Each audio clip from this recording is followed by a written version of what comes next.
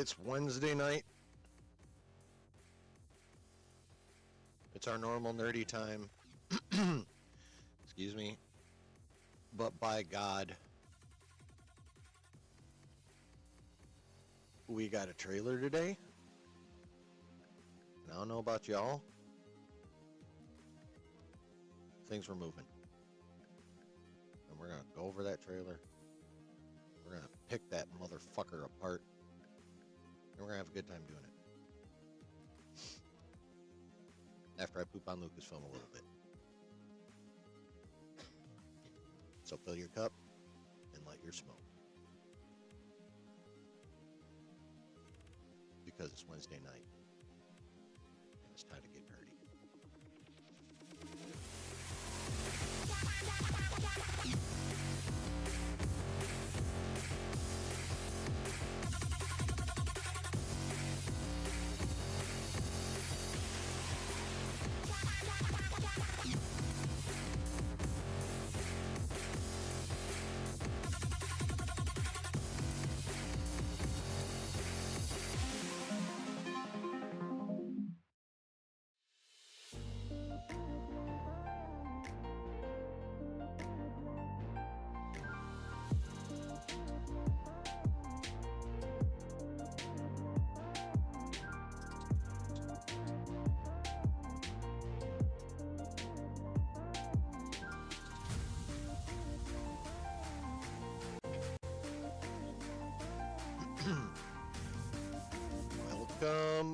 Welcome to the basement. Here on this Wednesday evening, we are here to discuss a couple things. Just a couple, but one of them we're going at, if you know what I'm saying. So, welcome in. Oh, how is everybody doing this evening? What's up, Ned? Oh, I'm always nice to Grogu. He's adorable. I want to cuddle him.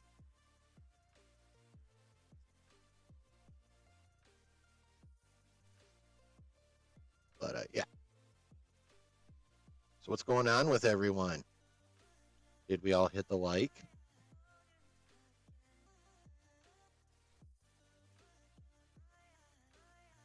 Yes, we all did.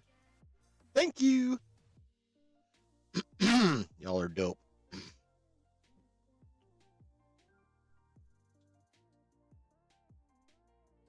So, there's been news about Ahsoka lately.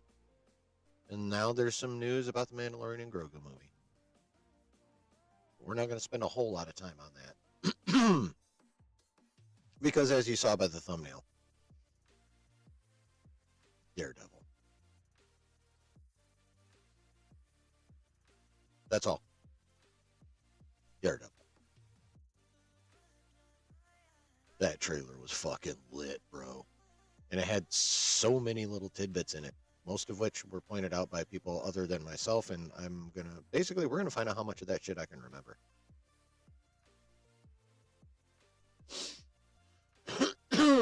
So, of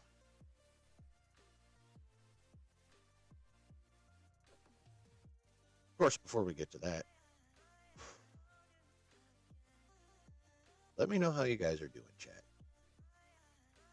I like to know my community is doing well. Or as close to that as they can get.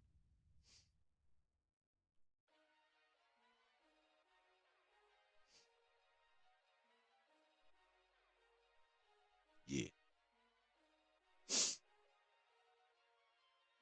So. What's up, David B? Says, hi, chillin'. The Daredevil trailer is awesome. I know.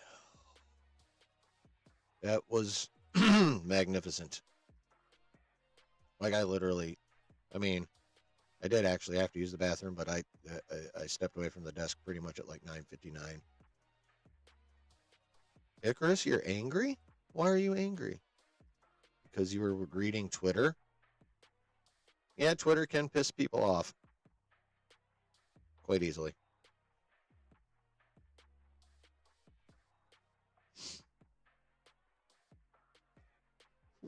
Yeah, just read my tweets. That's all you gotta do.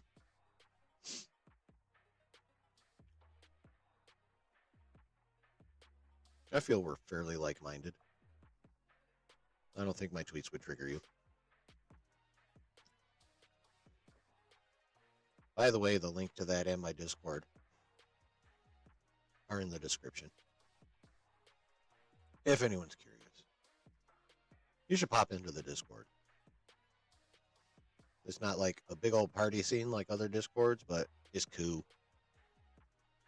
There's no meanies in there, no strife. It's chill, like it's supposed to be. I can't quite claim a shit ton of chillness on my Twitter. Sometimes I get a little that's like my one outlet. And occasionally a comment section on a video.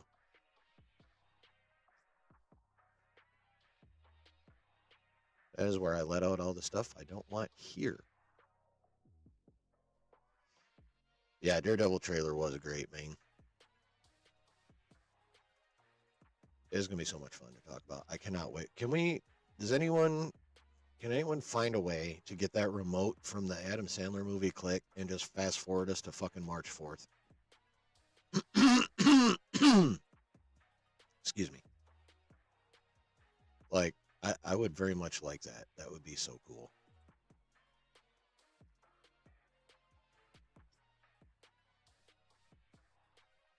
Because, damn, I am 100% ready for this show to be out, like, now. I don't want to wait fucking,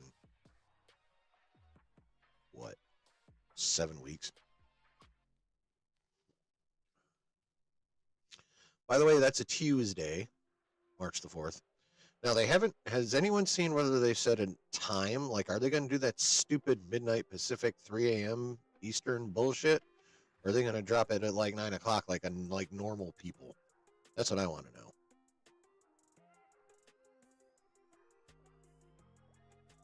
Because if they're smart, they'll do it at 9.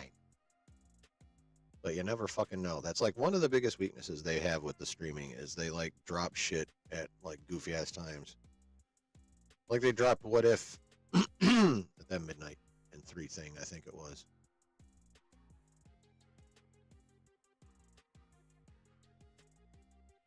I've never understood that decision. If you want appointment TV, put it at a good appointment time. I'm really hoping. I think the decision making is getting better at Marvel, so I think the chances are better for the 9 o'clock thing, but I will not guarantee it because they've also proven you never fucking know. Excuse me. What up, Prez? How you doing, man? Good to see you. How are things with you? Are they are they simmering down? You getting good?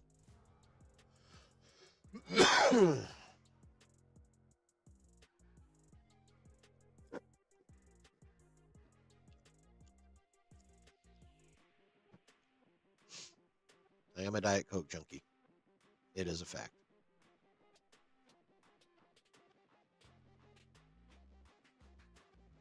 Icarus says, well, whatever's a good time for you is probably a weird time for me. Well,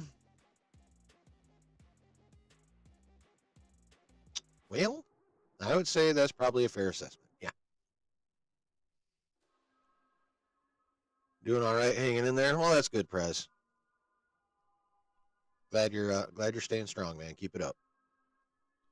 Always good vibes for you around here. Always. USA time, Europe and UK time, yeah. Oh, that's right. I forgot you are over in Europe, aren't you? My bad. I forgot it. What's up, Delta Dan? How you doing, man?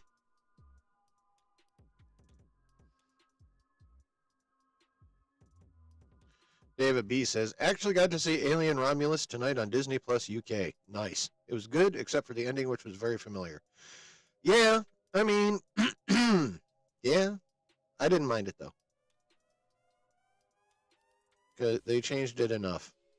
And the rest of the movie was so damn good, it made that, it helped make that palatable. Like, I have no complaints. I do understand people that are like, look at that and go, really? Like, I understand that. I'm just not one of them. I think that is literally the third best movie in the franchise. Delta says, what Prez said, hanging in there. Wife sending me to the grocery store soon. Like, just, is this like a quick run or are you going shopping?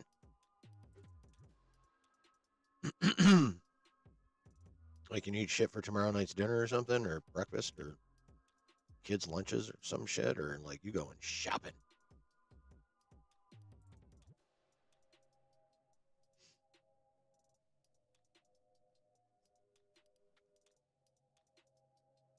Quick, I think. All right, cool. I don't mind going to the grocery store. I like doing the grocery shopping. Like, real talk. I don't mind the grocery store at all. Unless it's like fucking packed and then I kind of lose my shit a little bit because I'm not down for like tight spaces. But yeah, overall, I don't mind I like doing the grocery shopping.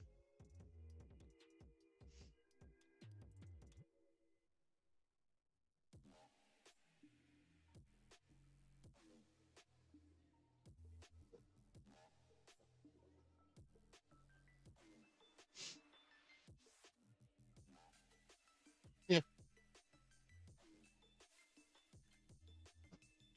I'm glad everyone is at a minimum hanging in there. That's pretty cool. It's good to see. And David, I'm glad you liked 95% of Alien Romulus.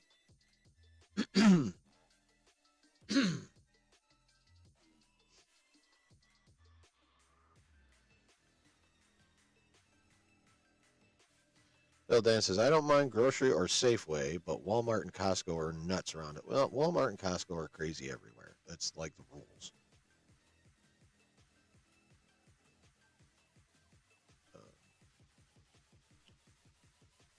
Well, I mean, the Walmart Costco up here is Sam's. So it's Sam's. We had Sam's first, or at least I did in my area where I lived before I live here. Then came Costco, and now we have BJ's. So we have three of those types of stores now.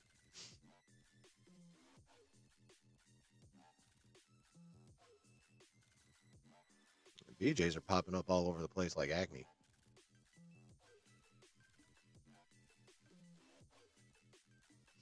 I'm not sure what region they came from, but now they're here.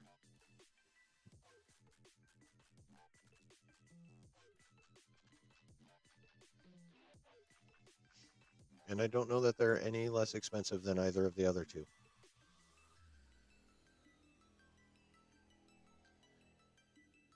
Delta Dan. I kind of like Costco because at least they have a food court at the end. I mean, that is fair. Does Sam's have the food court?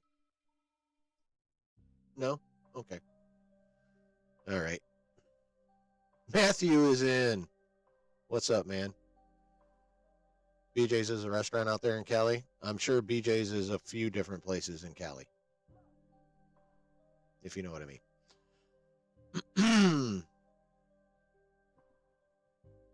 But yeah, I mean, a food court is a definite advantage. Matthew says, I hate Alien Covenant and Alien 3, but I will always argue the merits of Alien 3 despite hating what they did with Newt. Like Prometheus, and I haven't seen Resurrection so long, I can't comment. I actually watched, is Alien 2 films or a trilogy? Depends on my mood. Oh, okay. Sam's has a food court out there. Well, shit.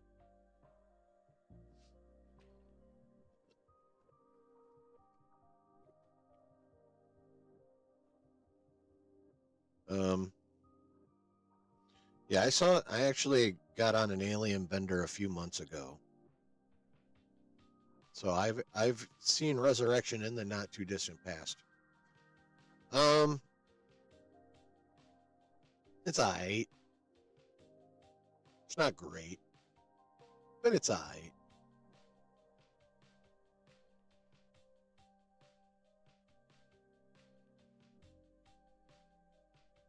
See, so far as Prometheus and Covenant go,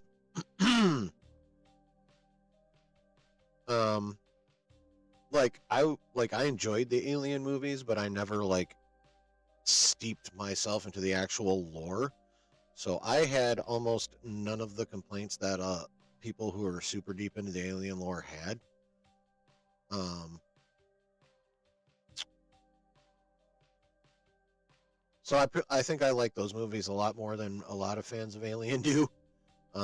Again, just because I'm like fairly lore ignorant when it comes to Alien. I just like the fucking movies. So yeah, I didn't have half the complaints, so I like the movies probably way more than a lot of people do. And also, god damn it, now I'm blanking on his name. Um, the dude that played the android, that was also Magneto. That was also in Inglorious Bastards. Why can't I remember his fucking name? God damn it.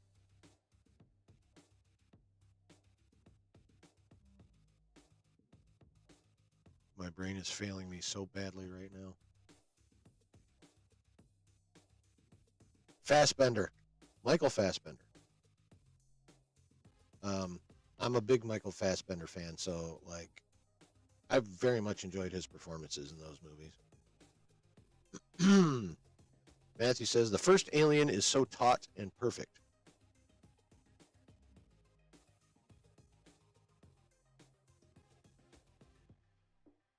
It's good phrasing.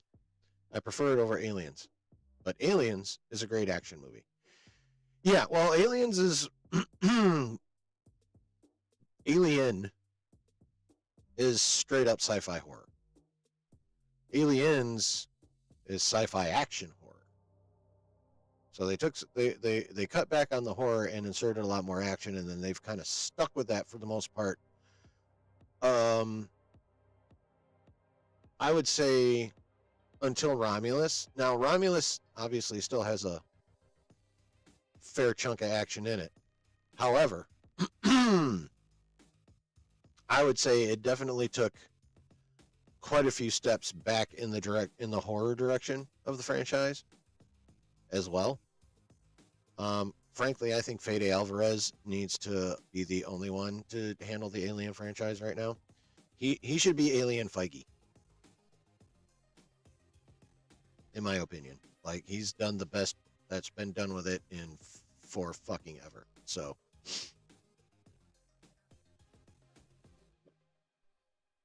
and that includes Prometheus and Covenant done by the creator. I don't care.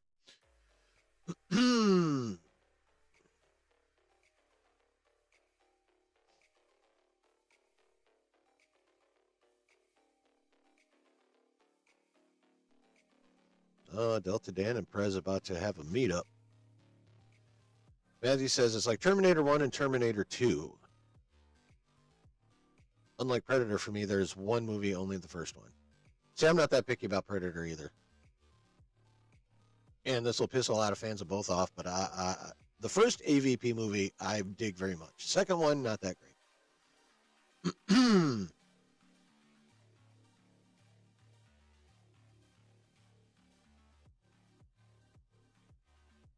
So, but when it comes to the Terminator movies, Terminator is one of those rare instances where the sequel, at least to, I mean, not a massive extent, but the sequel outshines the original.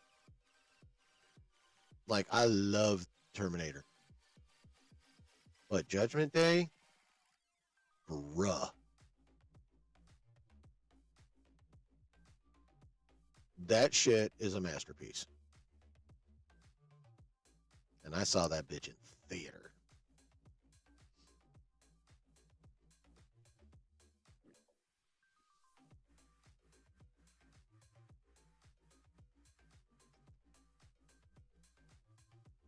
Stockton and Sacktown. Oh yeah, that's right. Delta Dan is up in the Bay Area.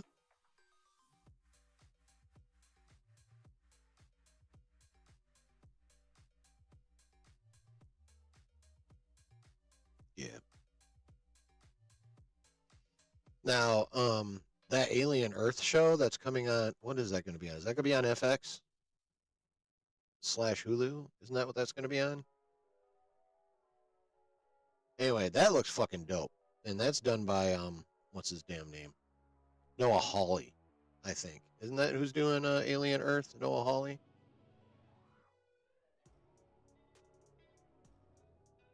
Am I remembering that right? But yeah, that I think that's gonna be dope. That is if what I read wasn't a rumor but actual fact, that is actually set on Earth like 2 to 3 years before the original Alien movie.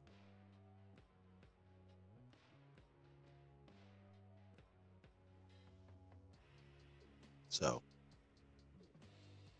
I'm very interested in that show. I'll put it that way. I'll put it that way. I'm like very intrigued.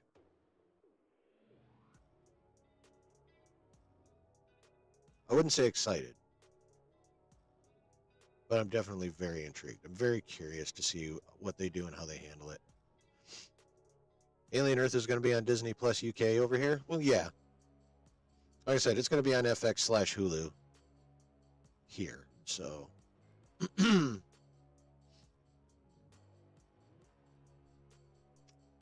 hoping it's good. I hope they don't make it weird for the first Alien movie. You know what I mean?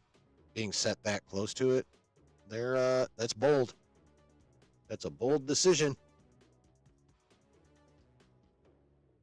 Hope it works out because I like the concept. But again, if I'm remembering, it is Noah Hawley. He's got a pretty good reputation with his stuff. Uh, One of the biggest things being Legion.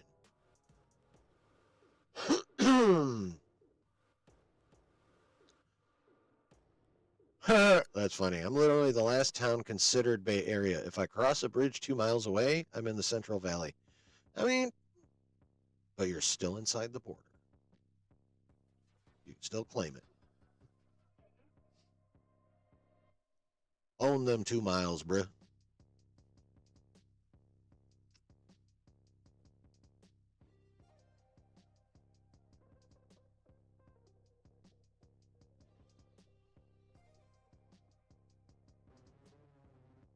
Own them. All right, y'all ready to get into this? Are you ready?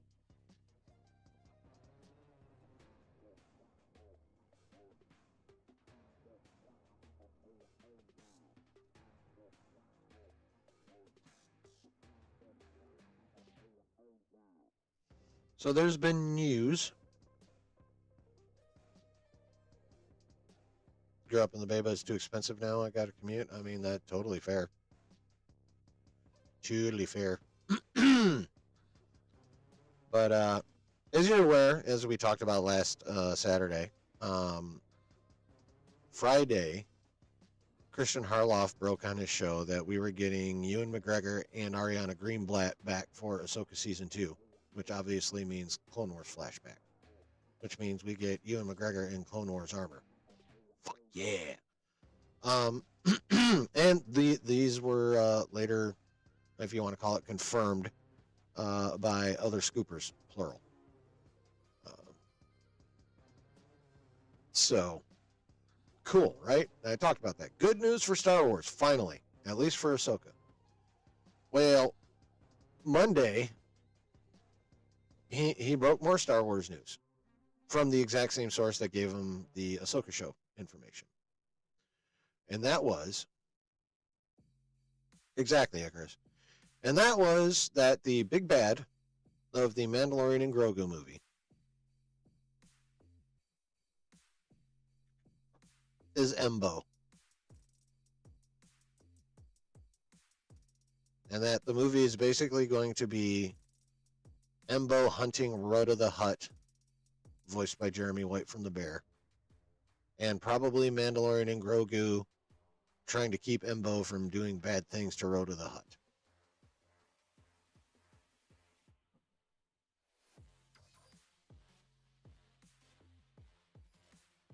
son of Jabba.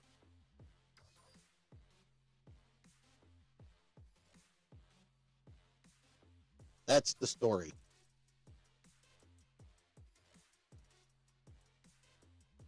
Oh, nice. I never did watch that movie. Is it actually any good? Because I didn't hear too many good things about it, Chris. Yeah, let's dwell on this for a minute. The Mandalorian Grogu movie. The big bad is going to be Embo, and it's going to be a race for Rhoda the Hutt.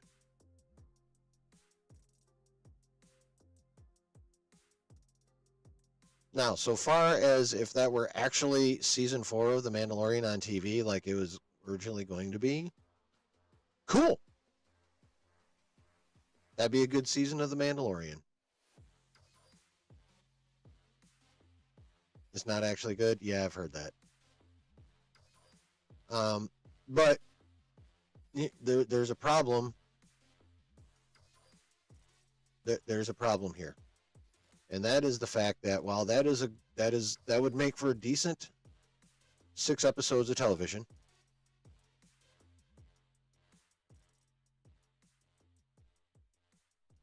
you're making the plot of the first thing you've put on a movie screen in what will be 6 years by the time this movie comes out.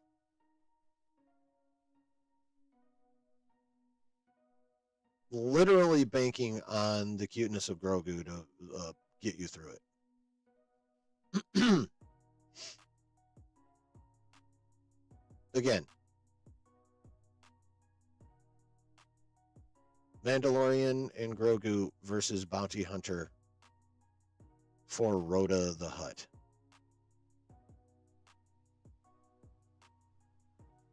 For your first cinematic offering in what will be 6 years.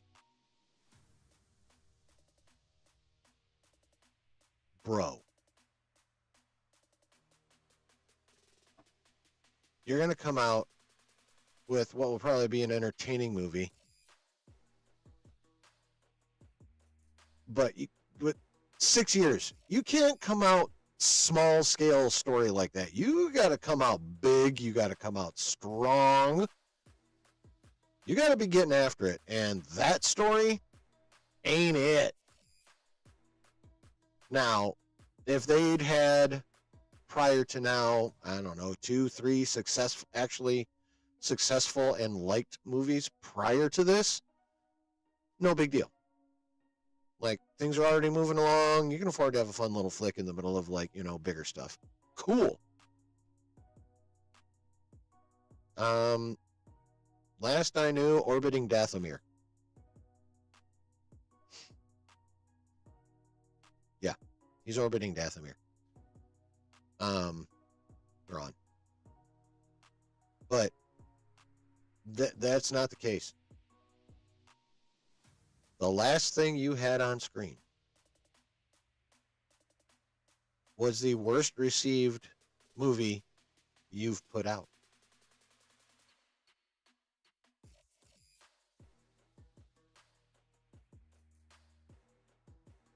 Oh, they landed. That's right. I forgot.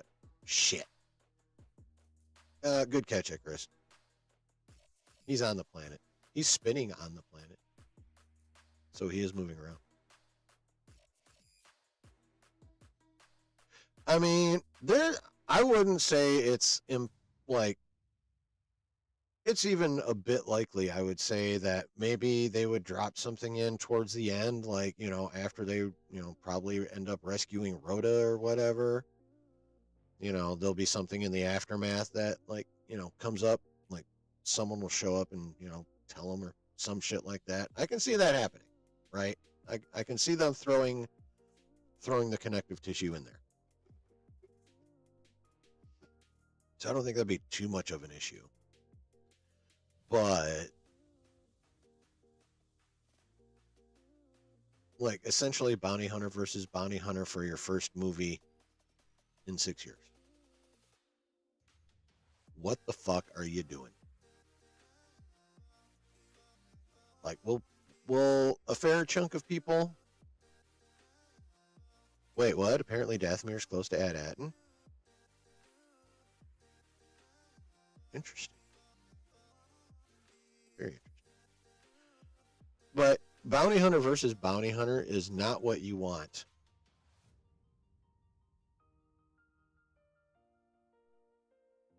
When you haven't had anything on a screen in over half a decade. Will a reasonable chunk of people show up? Kids dragging their families, other segments of the population who think Grogu is just that goddamn cute, so they're going to go to the theater to see what's up? Yes.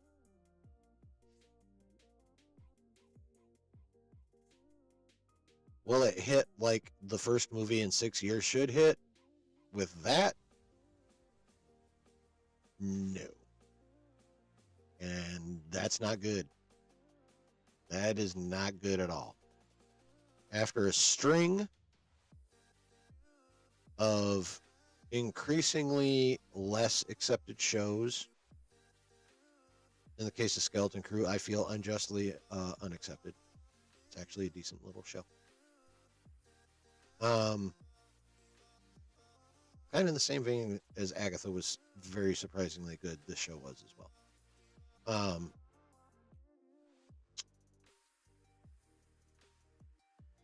But it's just not a wise decision. Not enough people are going to care. Not enough people are going to show up to give this franchise the pop it needs.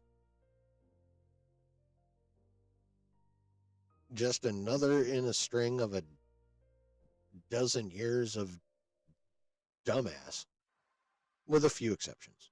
Obviously, first 2 seasons of Mandalorian, good. Season 7 of Clone Wars, good. Rebels, good. Most of the problem's been with the live action. Bad Batch was pretty good. But yeah, first 2 seasons of Mando, cool. Look, Boba Fett, not horrific, but not good. Star Wars needs a Feige Icarus, not James Gunn. James Gunn is a horrific executive.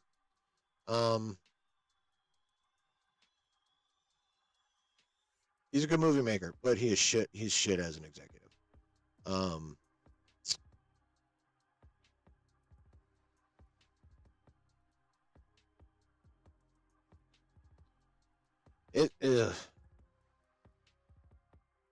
It just never ceases to amaze me, like what how they managed to stay so out of touch from all the what the fuck they put out.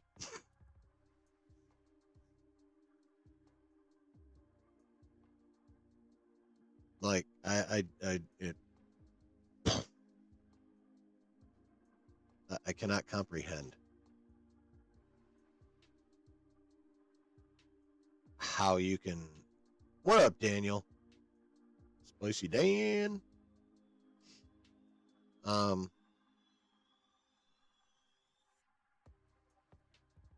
The amount of willful ignorance it takes to just stay on the same failing track for 12 years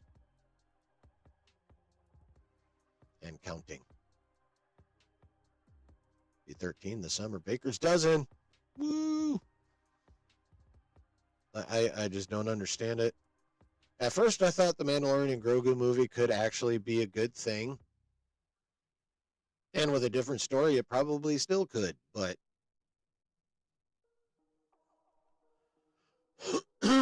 wonder if Metalis can take over some Star Wars? Maybe, but he's got to do Vision Quest first.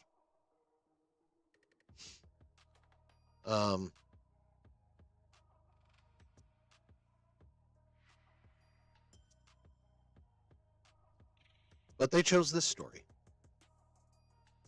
This small little.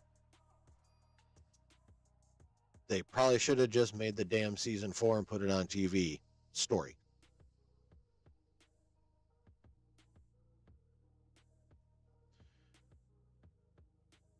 Maybe there could be some kind of like miraculous pop from this movie. I will not 100% discount that possibility. That would be foolish. However, I am firmly committed to the likelihood of that being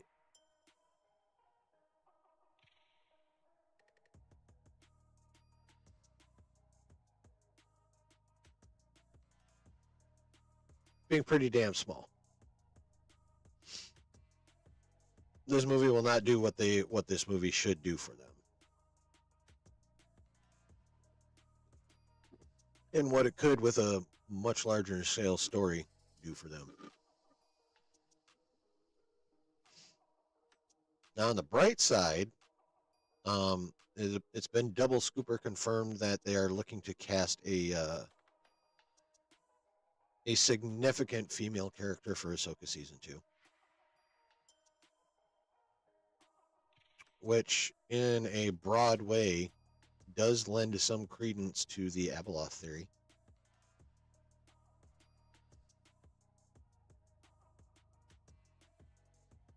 I mean, it's not a big stretch, especially when you're involving the Mortis gods, because she completes the family. Abeloth is the mother.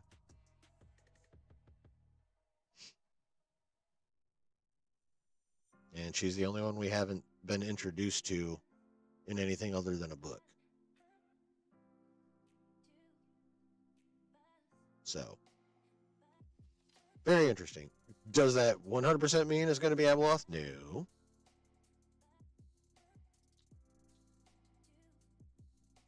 I mean, it could be any female character they deem significant to the show or even that particular story.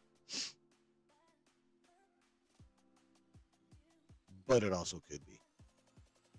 It makes the Abeloth thing a little more likely.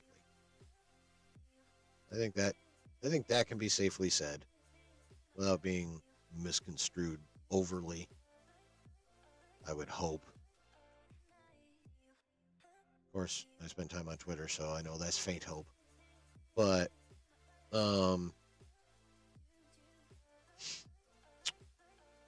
this is a mistake. It is a big fat mistake to go this small with your first movie in 6 years. 6. Not by much, but that's over half a decade. That's half a dozen. In the grand scheme of Star Wars movies, is that like an overly long time to wait for a movie? No. I mean, within trilogies, you waited 3 years between each. Inside the trilogy.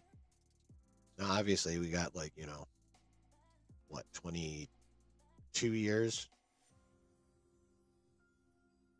between the OT and the prequels, something like that. So, in the grand scheme of Star Wars timing, not that long. But when your last offering was the least well received of everything on cinema that you put out, and that was 6 years ago, you do not want to come in just going, okay, here you go.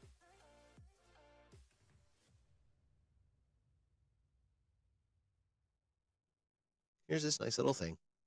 Bro, the circumstances you're in, you need to be coming fucking literally MCU levels of huge. And you're not.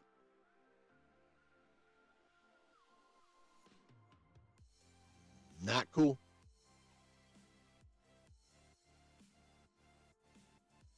I mean, there's the Mangold movie allegedly going into production this year. I saw something the other day about supposedly so is Sean Levy's Ray movie. Are they really going to put 2 fucking movies into production at the same time? Who knows? It's Lucasfilm. They can do all kind of, when they just do what the fuck ever.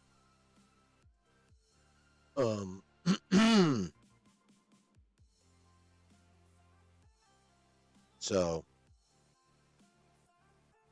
and who knows how the hell those are going to turn out.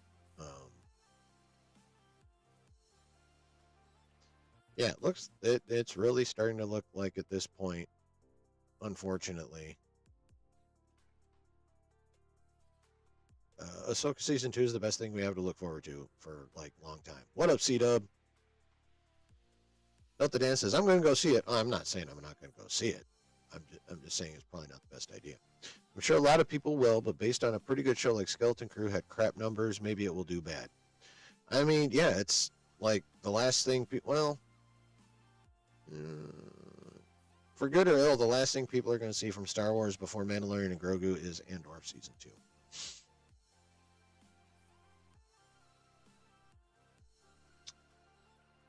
So we'll see. What up, C-Dub? Press says, I'm sure the Mando movie will be connected to Thrawn somehow. Yeah, probably. Considering the way Season 3 ended, there's no way it's going to be just Bounty Hunter versus Bounty Hunter. Yeah, I'm like I said, I'm sure it will. It's like, but probably not till like after the whole Bounty Hunter v Bounty Hunter part is done. Like, they might dribble drabble a little bit of teases here and there during it, like, you know, the main part of the movie, but I don't think any serious connection is going to be made until the very end. I hope I'm wrong.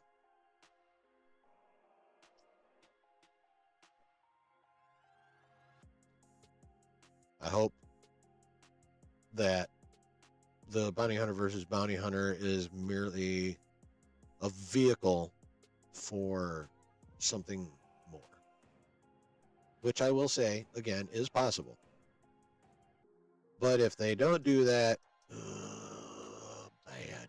I'm doing all right, C-Dub. How you doing, man? So, that's what I got to say about that shizzle. I know you guys have been throwing some thoughts in there, but if you have more, please throw them in there. Anyone who has not yet, throw them in there, throw them in there. And while you're at it, hit the like, hit the subscribe, and hit the notification bell if you've done none of those either. What up, Brady?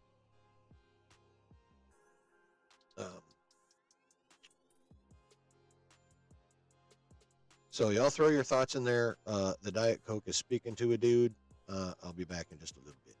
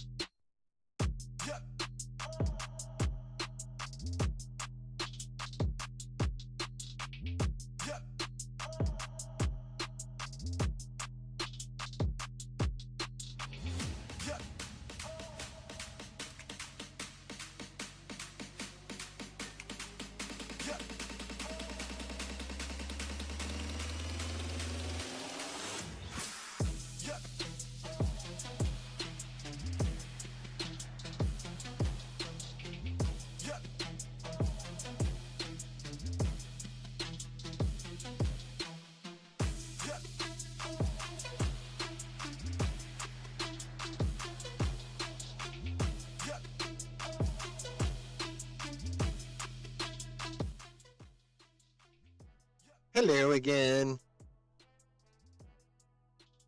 So, any more thoughts on the Mandalorian and Grogu plot? What we know of it, admittedly. But any thoughts on at least what it is so far? Any further thoughts? What's up, Brooke?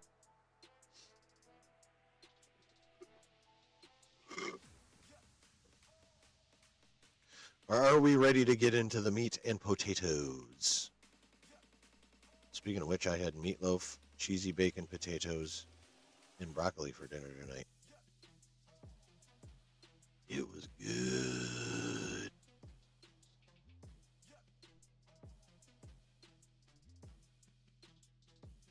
had a HOA meeting, so he came late. I mean, dude, you gotta do what you gotta do, bro. I heard about the Daredevil trailer. It looks dope. Oh my god, yes, it does.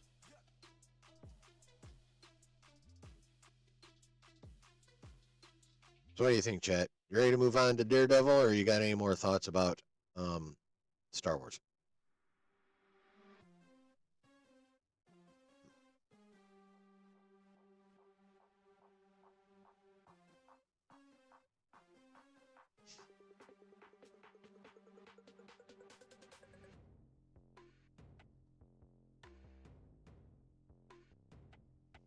Nick says, I can rewatch the first 48 minutes of stream I missed later. Very true. There's where I missed stuff on Daredevil trailer for the stream. No, actually, you're getting here just in time.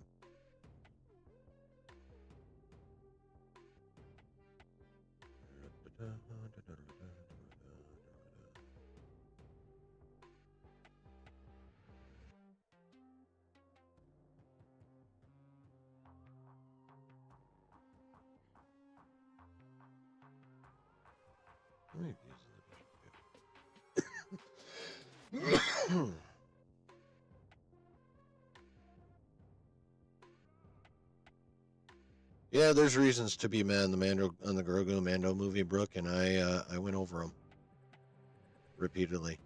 Still shipping Bo and Mando. I mean,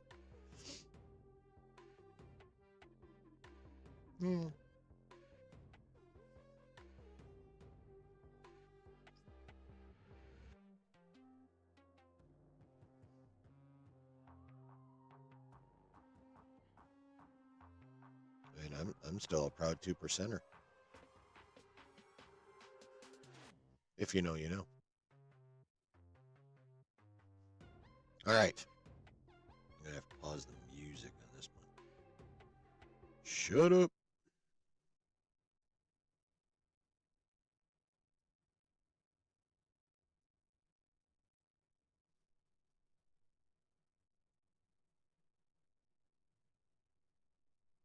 Whoops. No, not that. Get out of there. Stop it. Okay.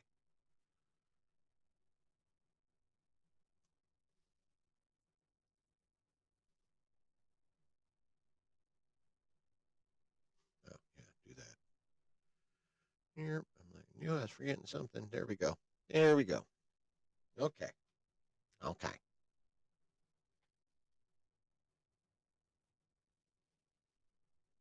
I know y'all probably watched it already, but there's no way in hell. There's no way in hell no one wants to watch it again.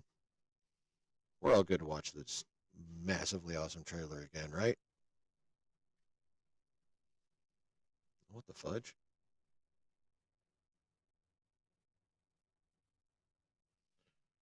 Yeah. You ready? I mean, just look at this first image. It's crazy. Thank you for finding the time. I will admit, it's not entirely unpleasant seeing you again.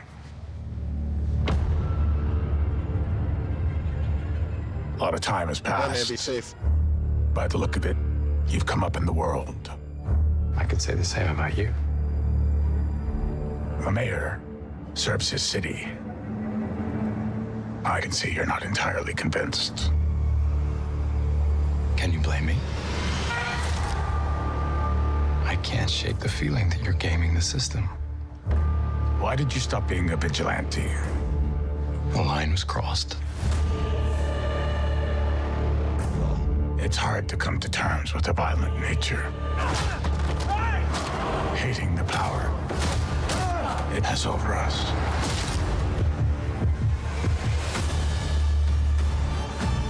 This city can't go unchecked.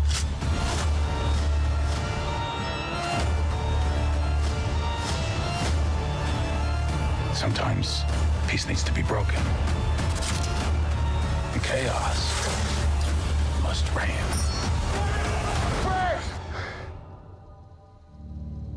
Am I putting the hatchet down? I was raised to believe in grace.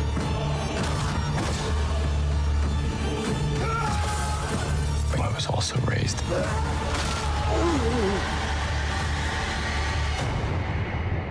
own retribution.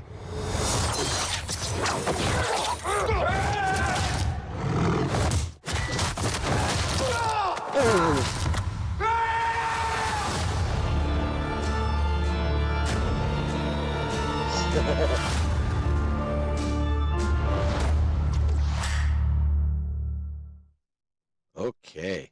Oh, do it. Hey, sorry for interrupting. Isn't that annoying?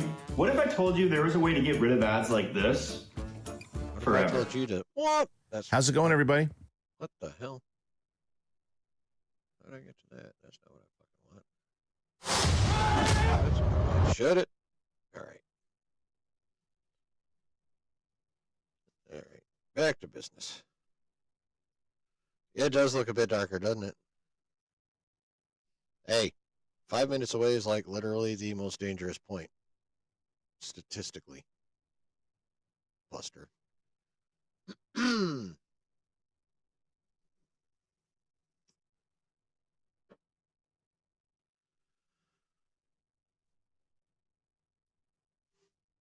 So, first of all, before we start getting into this thing, like picking away at it, as it were, how fucking hyped are you for this show after this trailer?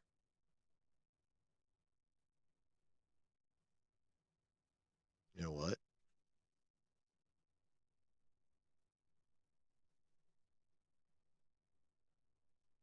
I'm gonna pull it up. What? Don't fucking. I need to charge my mouse. Is this the problem? There we go.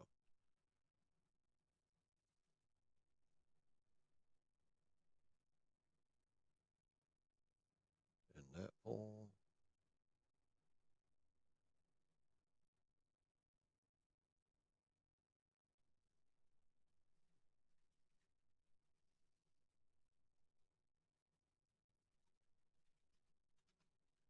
What is your hype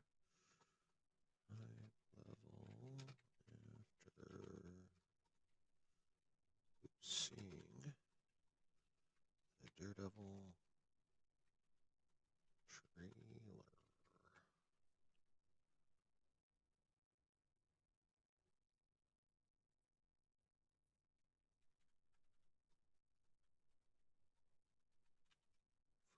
hype.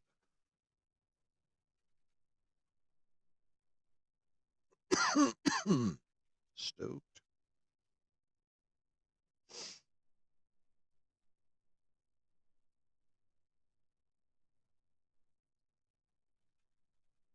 Looks cool.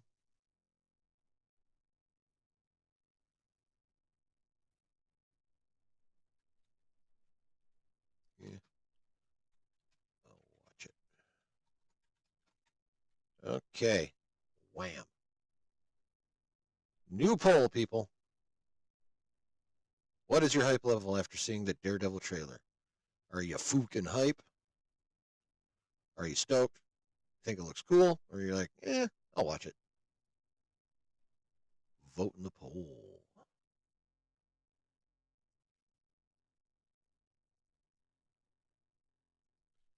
Rick says, I'm so hyped. Also, Punisher's going to be in this show, too. Yes, he is. And from what I understand, it's like good old Daredevil. Hell yeah. Yeah, there's going to be a Punisher show spun off from this. So, yeah, we're getting more John Bernthal Punisher in his own gig again. That, too, is exciting in and of itself, for damn sure.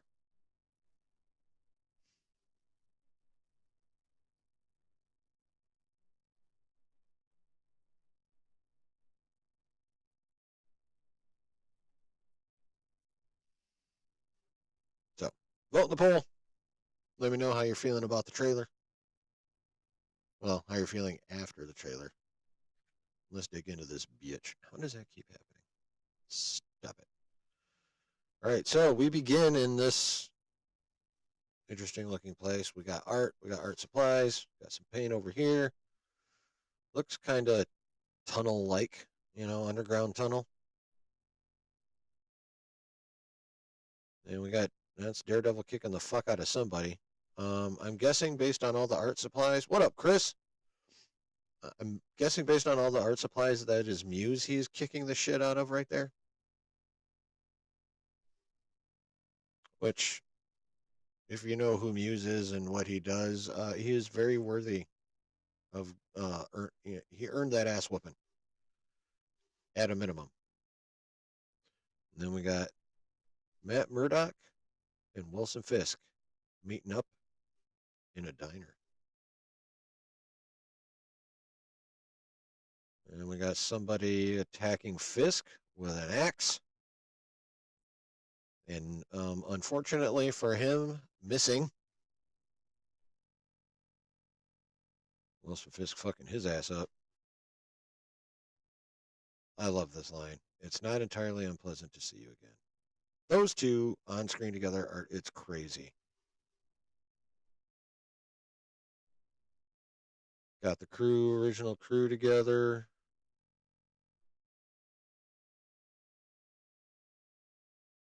Unfortunately, if rumors are accurate, not for like the entire time.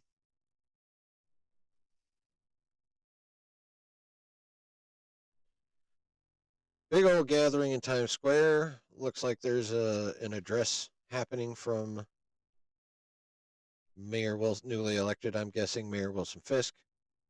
Rogers the Musical is still a thing. Got the usual. Oh, we got Pim Dine up here. New Year's Eve celebration in New York in Times Square with an address from Mayor Fisk, it would see. Yeah, that's what I'm thinking. That seems to be the popular opinion, Chris. I swear. I feel like there's another reference or Easter egg or whatever in here I'm missing. What is this? Oh yeah. This is an ad for the club from Luke Cage that Cottonmouth owned and now Luke owns.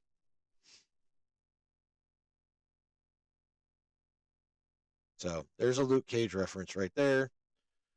Broader MCU reference with Rogers the Musical. Ant-Man reference right here.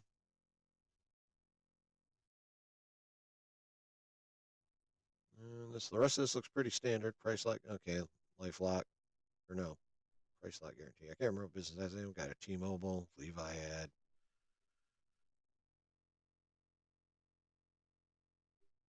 What the fuck is that one? Can't really tell what the fuck that one is. But yeah, they got some.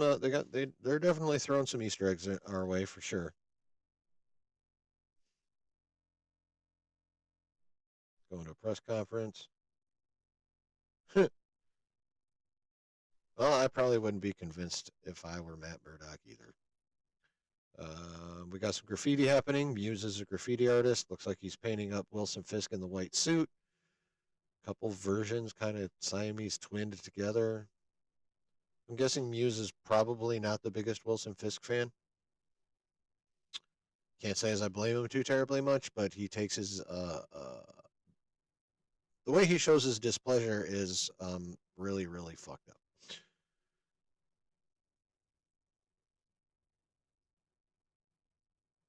Yeah, he really fucked that guy up.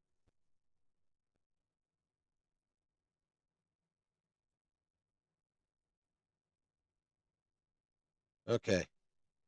So, did you stop being a vigilante? Or as, D'Onofrio put it, why did you stop being a vigilante? Matt says a line was crossed, and this is the next thing we get. We get an overhead view of a street scene, overhead street scene. We got cop, ambulance, either another ambulance or a combo fire and rescue truck. We got stretchers. We got what looks like crime scene markers, like maybe marking bullet casings. Can someone tell if that person is standing up or if that's a body right here? I can't quite tell because of the angle. It's fucking me up. But in a nice little maneuver, they threw this cowl over top of whatever I'm sure we're going to see in the show. This is probably just for the trailer. I like how they put the D where the horn is broken off. That's just a cool little element in and of itself. Oh yeah, more cops.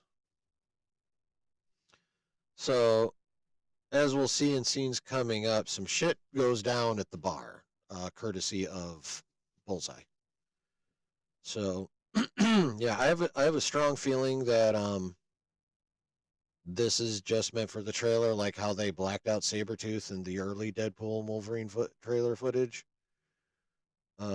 So I think this is more that those kind of games, especially since when you look at this, I mean, I suppose maybe it could look like a D if that one broke off, but I'm pretty sure they put this in your special and covered up what they do not want us to see, which is someone's body or a few someone's bodies. But it's still a dope ass shot. But yeah, they're fucking hiding something, but they're hiding it in a very cool way.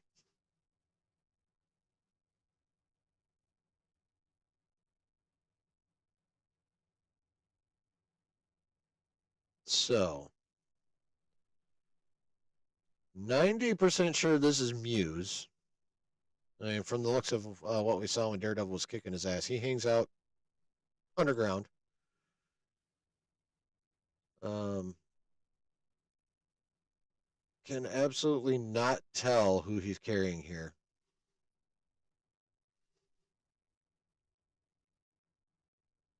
But I mean, just looking at the scene, the way it's shot, the lighting and the fog and all that stuff, they're definitely leaning hard into the very dark nature of this show. That comes from the Netflix show, as we all know.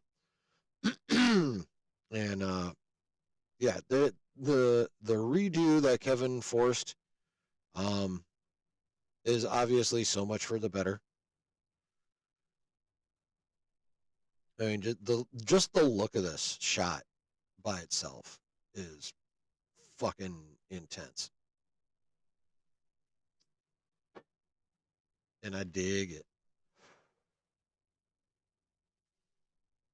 All right, so now we got a fight scene in a subway. I think that's White Tiger.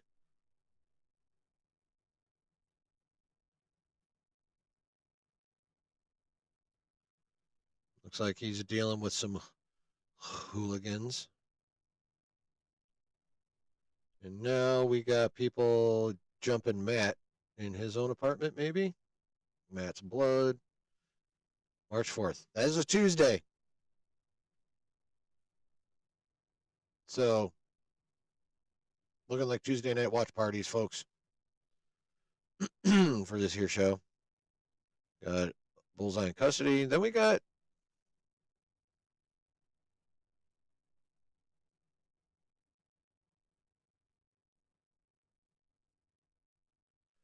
we got the color mass bank robbers. Looking, is this an homage or was it Reservoir Dogs? I wonder.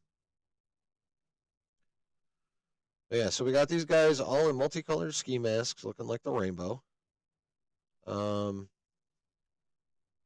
fixing to rob this here bank.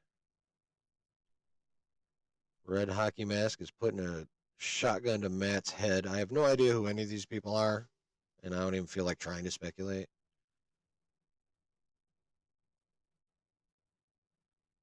Looks like that's Matt at the Times Square celebration. Matt in a courtroom contemplating who knows what.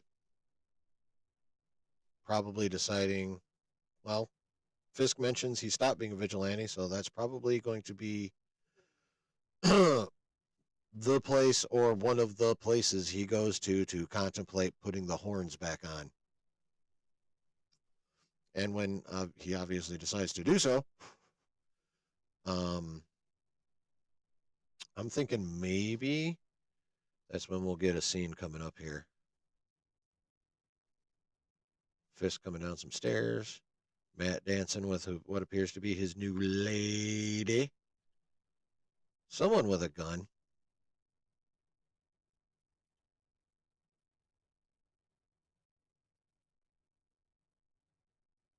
Cannot make that out at all.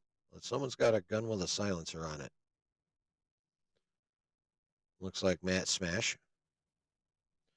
Okay, here we go. Y'all remember that crosswalk from the overhead shot?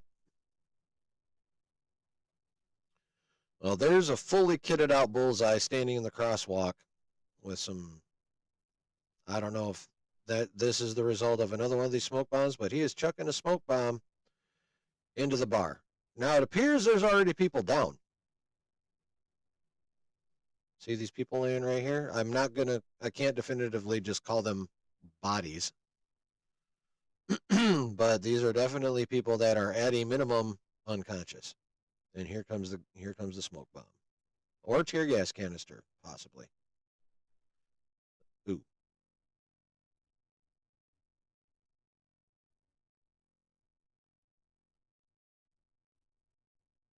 Damn fine shot of Muse here. Now y'all know about Muse, right?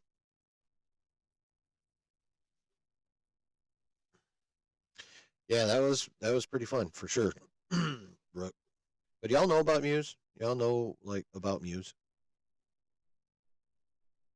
So, quick TLDR on Muse.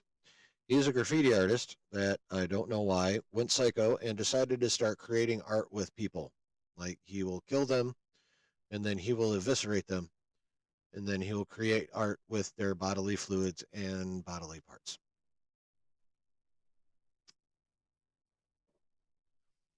He is the most likely cause of that meeting between Matt and Wilson Fisk. Because his existence is fucking with both of them. Matt from his sense of justice and Fisk from having an uncontrolled element running around his city, making him and his police force look bad by committing grisly murders and not getting caught. So he's gonna be a big problem, and one that is going to bring Matt Murdock and Wilson Fisk together, and will also cause Matt Murdock to put the horns back on.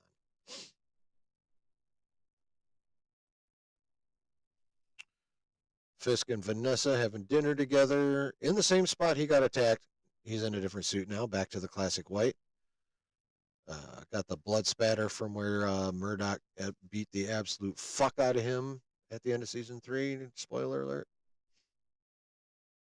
But Vanessa's back. And now we have Frank Castle going after Matt in some kind of locker room, pinning him up against a locker. And there he is. The man's back, baby. Whoop, whoop. And he's going to get his own show. Yes, sir.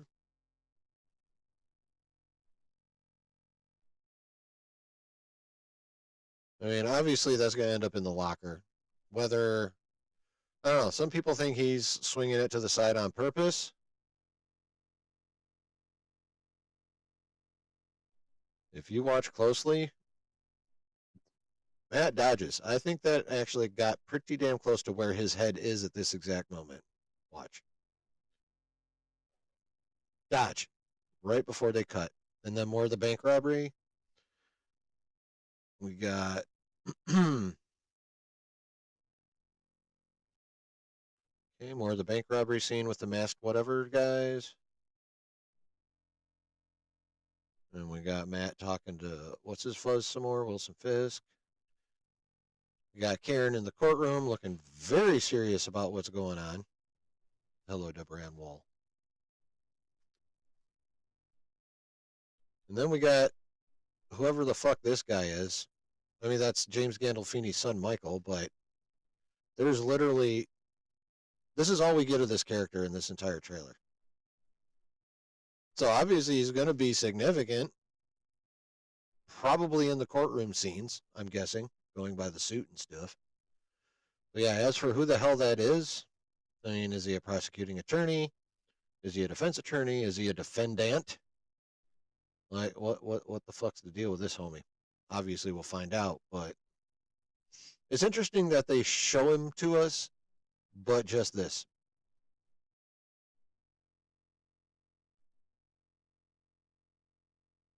And now we have more of Muse's handiwork. Got some people hung up on some hooks. Looks. This one, I'm 99% sure is a female. This one, I'm about 90% sure. Looks like they're both ladies, but their faces are blocked and they're. This is just not 100% definitive. I'll just put it that way. And now we have Matt laying down the law on the bank robbers because there's Yellow Mask. And now we have White Tiger in costume.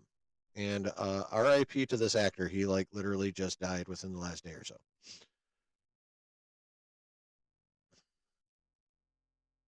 Got cops coming in, probably to the bank.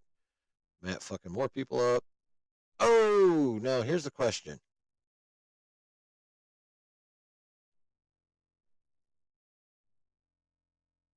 Is that Matt disguised in after he fucked up the dude? Did he take his red mask to go fuck up the other bank robbers and oh god, and do that to a different bank robber maybe? That same guy? Yeah, it looks like that guy, this guy here.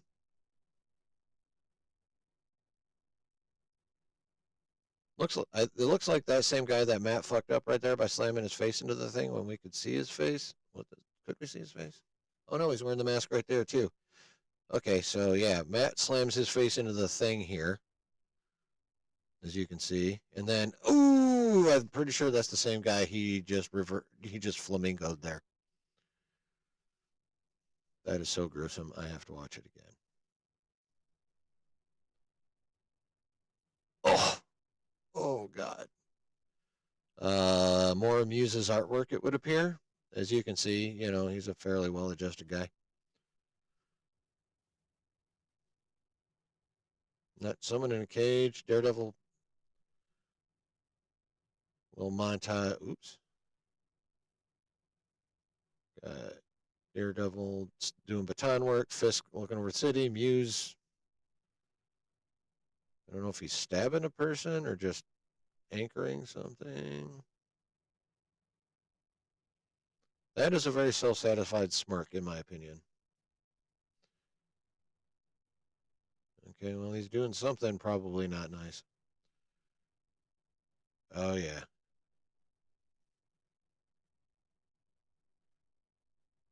Yeah, I believe after getting jumped in his apartment and losing his shit on those guys,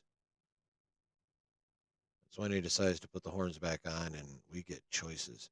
This is the She-Hulk mask, if y'all recall, cowl. I want this suit so bad. I want this suit so bad. I imagine it'll probably be this one or this one. What the hell is the difference?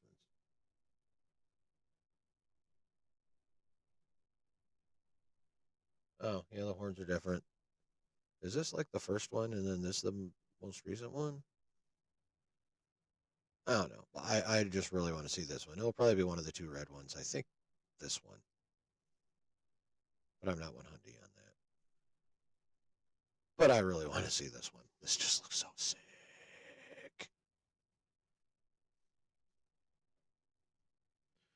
And now we got Daredevil.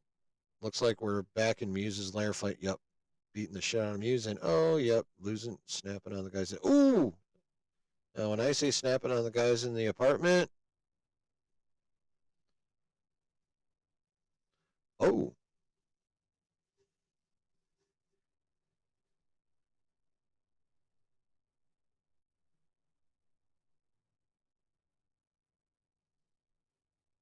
Okay, I can't tell for 100% sure who the hell this is. That's looking pretty fucking dead on Muse's table. The lighting is so weird. It kind of looks like White Tiger, but it also doesn't.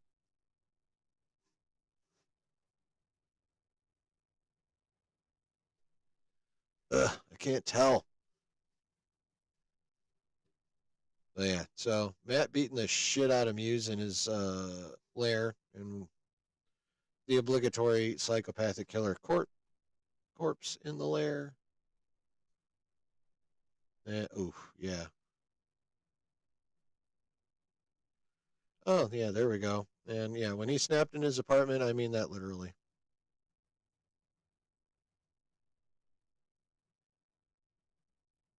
Oh, that's Compound.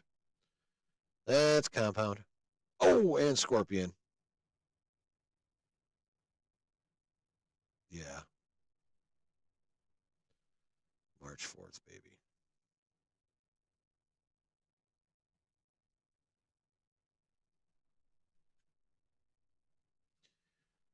Oh my God.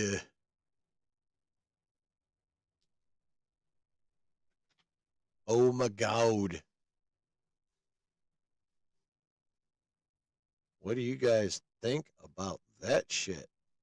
You guys see anything I didn't see? Anything you want to? Do you have any thoughts on that? I'll pull it back up. We can go through. We can go back through it.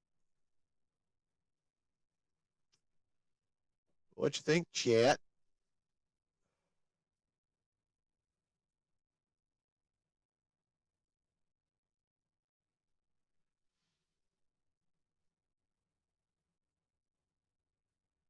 All right. Nope. Open back up. All right. Well, so far, Fukin hype is 57%. Stoked is at 29%. No one thinks it looks cool, and I'll watch it is at 14%. So we're basically 86% of people are at least stoked. Granted, this is a very unscientific poll of a very unscientifically small sample size, but that's still good.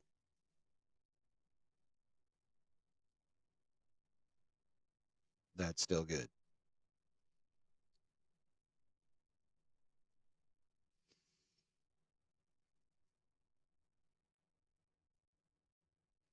I think we are in for a real treat with this show. And I think the timing could not be better for the MCU as a whole going forward, especially with as much shit as is coming out this year. Remember, there are 8 other projects besides this one coming out. We got Friendly Neighborhood Spider Man for the first animated offering at the end of this month. February 14th, we get the first cinematic offering of the year in Cap 4. Then March 4th, we get Daredevil, the first live action Disney Plus offering. So Disney Plus, movie, Disney Plus. Then in May, we get Thunderbolts. In June, for our second cinematic offering. In June, we get our second live action offering on Disney Plus with Ironheart.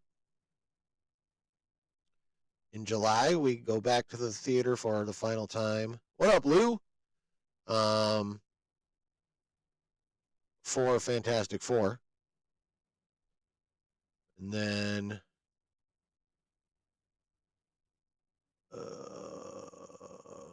I know we get Zombies in October. Also Eyes of Wakanda, but I can't remember what month. And then to end the year in December, we get Wonder Man. So if this show, what this show could do is literally carry, especially if Cap 4 is not great. Like, hopefully it doesn't, like, absolutely suck because that'll really hurt things. So I hope it, again, like, I hope 90% people walk out of the theater like I hope to walk out of the theater, which is like, yeah, that was cool. I enjoyed that. That was cool. You know, if they can get that, if they can get a majority opinion of that, good to go. Because right after that comes this. And if this is 100% as peak as this trailer makes it look, people are going to be goddamn hype about Marvel by the time this show's over. And then that'll take you almost practically into Thunderbolts because this is 9 episodes.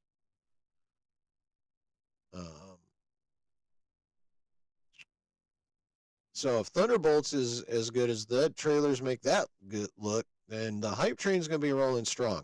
People will be able to ignore Ironheart if it is as bad as we suspect it probably is.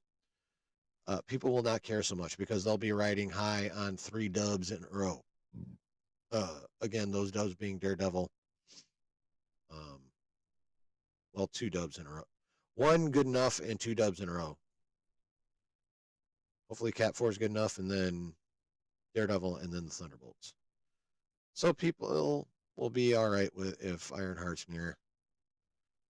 But Ironheart, if that's the way it goes, will not be enough to derail the hype going into Fantastic Four. Especially if they start marketing it. Jesus Christ.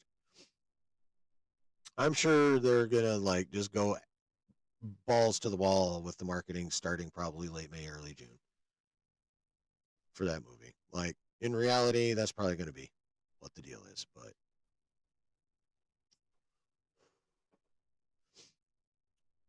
let's just basically what it boils down to is Daredevil, if it's as good as it looks, and I am 99% sure it is going to be as good as it looks, if not better once you mix in all the character interplay. It can set the stage for an unstoppable Marvel hype train, even through the rest of the year. Because if Fantastic Four pops off like it could, no one's going to give a shit about zombies or Eyes of Wakanda or Wonder Man, or at least they won't give a shit how good they are, because Fantastic Four will have been that awesome.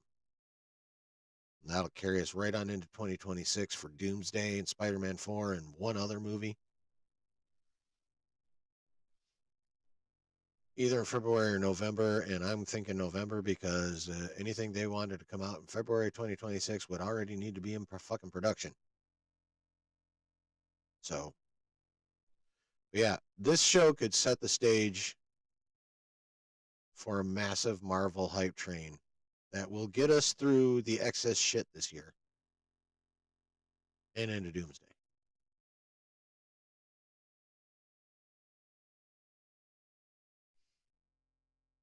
Yeah, Brooke, I think you're right. I think Cap 4, even if the movie's just decent, I think what they're I think the setup for what's coming next is probably the most important part of that movie.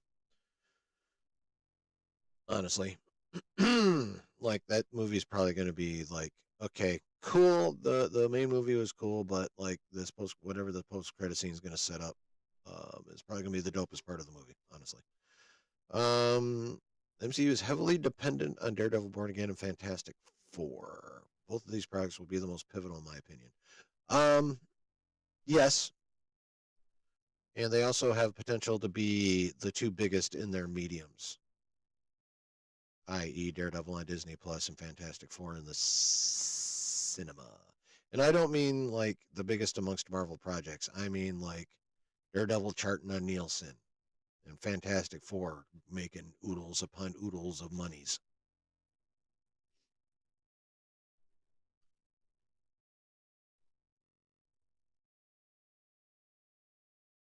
Like, if those two are as good as we think they're going to be, then Marvel's going to be in pretty damn good shape, especially in 2026, because there will be 0 phase 4 and 5 left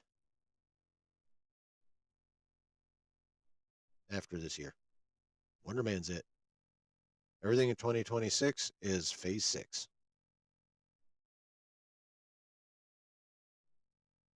The nightmare will be over.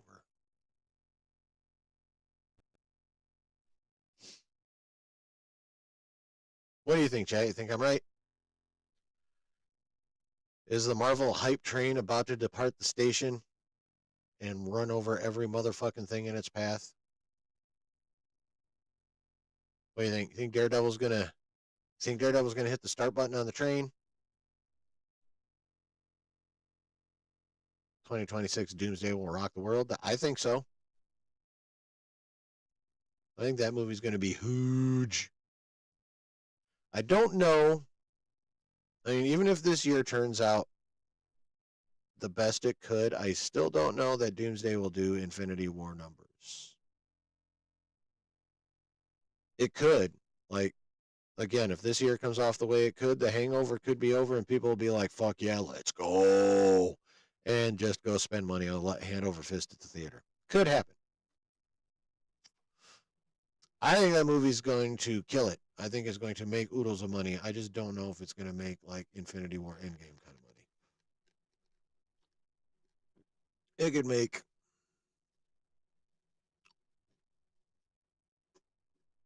I don't know, I think it could get in the neighborhood, but I don't think it'll get that high. It's gonna crack a billy. What did fucking Infinity War make? That was close to 2 billion. I know Endgame cracked 2 billion.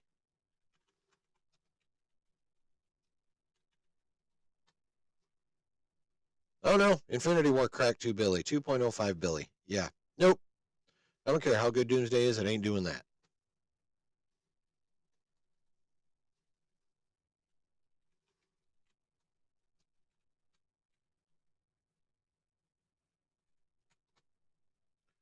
Yeah, Endgame did 2.8.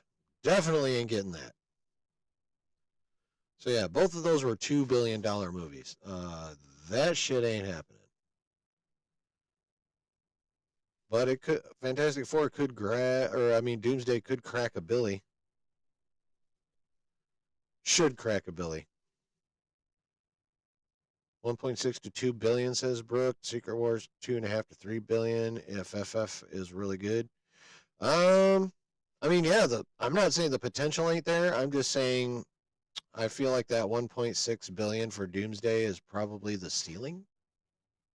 But that's just supposition, speculation, as it were.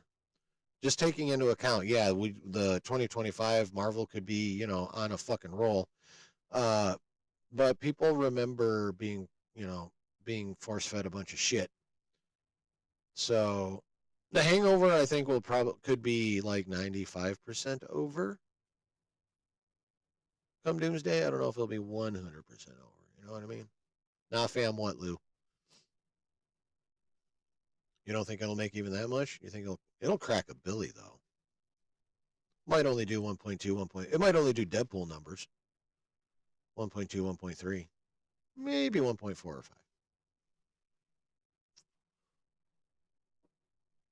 But if this year goes well, that's cracking a billy.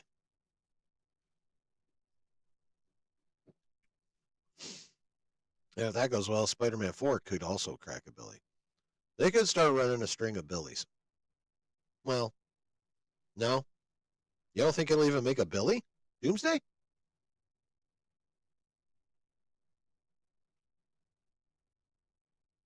Hmm.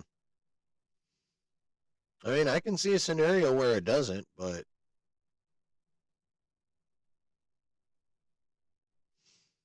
I think that would require this year going like absolute shit.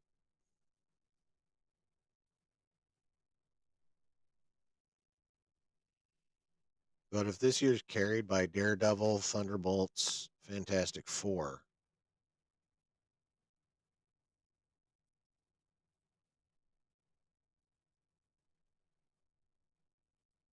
yeah, it's very dependent on how things go this year.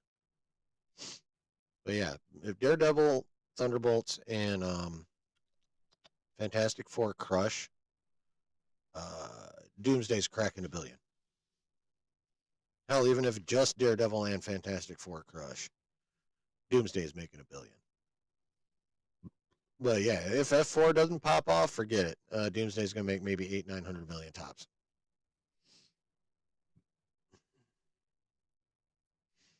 It might get that Doc Strange 3 money. Although Doc Strange came really close to a billion, didn't it? Or not 3, 2. Multiverse of Madness.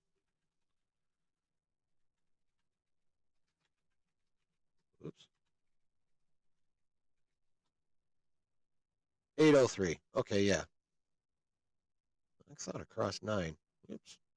My bad. Okay, so yeah, Multiverse of Madness did 803. Yeah, Fantastic Four doesn't pop big. Yeah, we're looking at Multiverse of Madness numbers probably for the ceiling of Doomsday.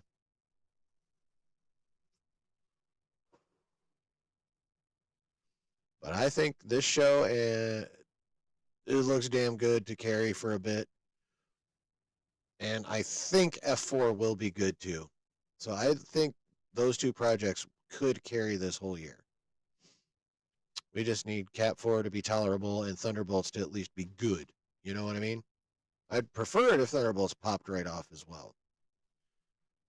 But now we'll see how that goes. But yeah, Daredevil and Fantastic Four are kind of the make it and break it, or break it. Yes, Rivals. That's actually, I'm glad. Thank you for bringing that up. I meant to bring that up. Appreciate that, Lou. Rivals is popping. Rivals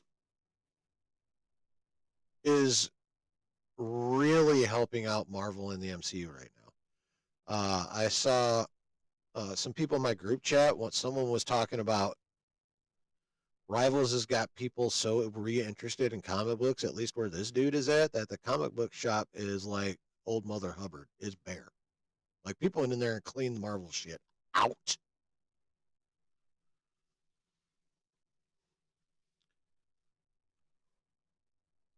So now, if Rivals can do that for the comics, just imagine what it can do for the MCU. Especially right now with the Fantastic Four being added and, well, Sue Storm's famous cake being all over the internet, and justifiably so, I might add. I'm sure there's some Overwatch devotees, Brooke, but yeah, I imagine the numbers are way down. But yeah, Rivals could be possibly the savior, at least for 2025, of Marvel. Like that game's literally building up hype for the Fantastic Four right now.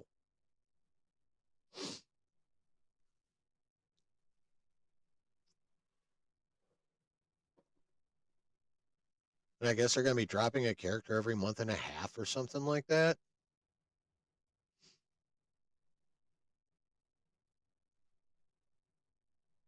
So now, if Feige, since he is over everything Marvel, like under Disney, I gotta imagine Feige's on the phone with the devs of Rivals, like, how do you feel about employing some of my timing with some of those character drops?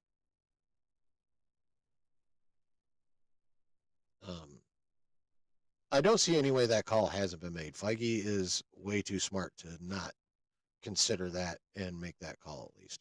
Now, how much the devs will cooperate with them?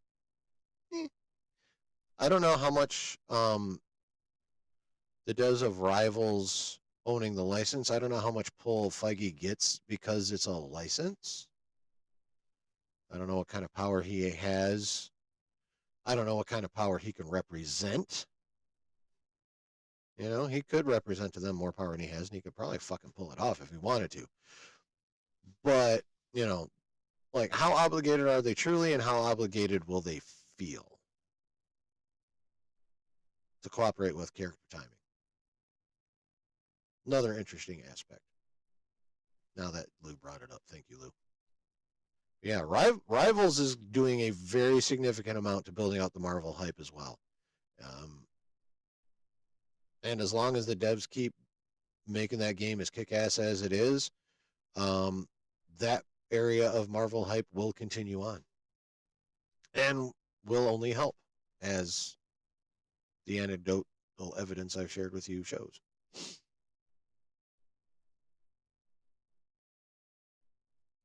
I got to say, even with the 2020, or yeah, even with the Phase 4 and 5 product dump that's happening this year,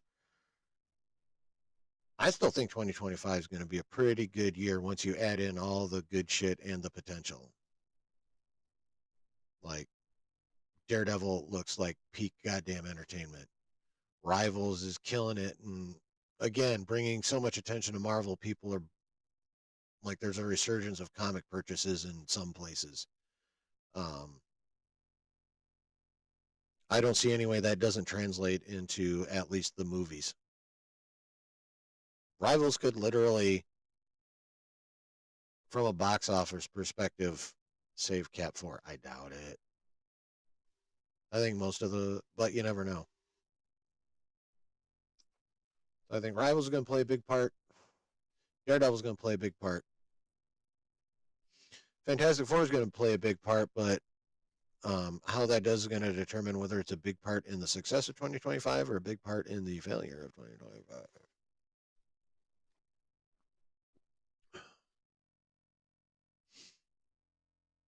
But I would say there's strong evidence, both in fact and in circumstance, to indicate that this year might turn out better than we thought when we first heard about the product dump. That's what I think. That's my take. What about you guys? What you think?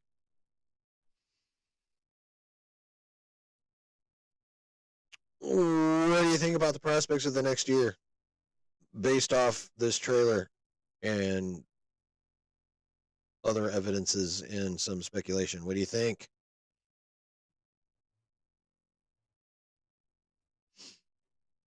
What do you think, chat?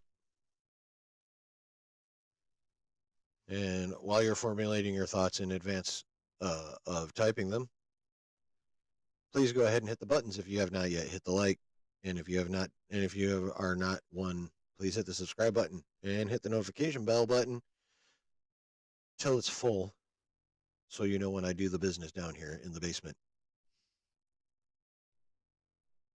Dominique Mason, welcome. Daredevil Born Again is good and okay. Okay, I mean, yeah, if you're not super hyped, that's totally fair. I'm inclined to disagree a bit, but yeah, that's totally fair. Did you watch the Netflix show?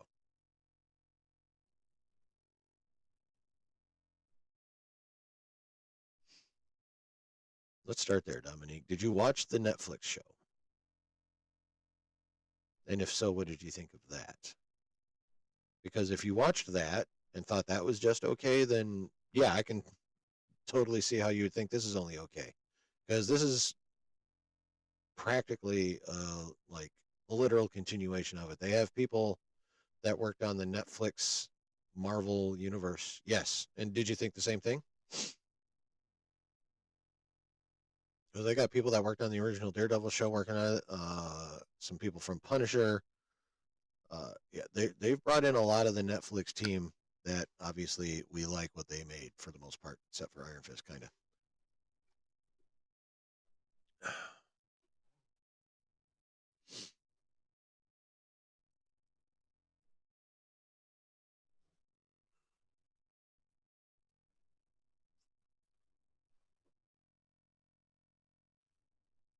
So,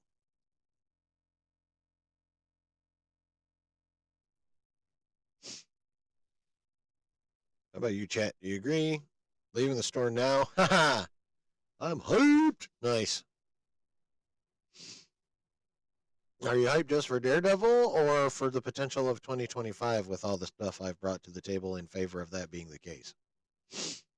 That's the bigger question.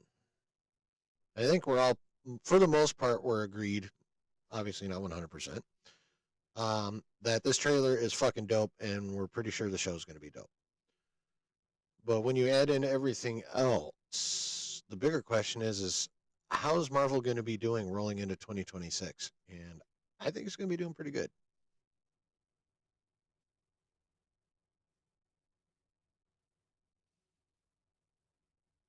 And when it comes to live action, well, when it comes to main MCU stuff, the train starts with Daredevil. When it comes to Marvel overall, Rivals has kind of kickstarted this bitch. Brooke says, I'm hyped too. Biggest moment for Marvel, though, will still be seeing RDJ, Doctor Doom, and F4. That is true.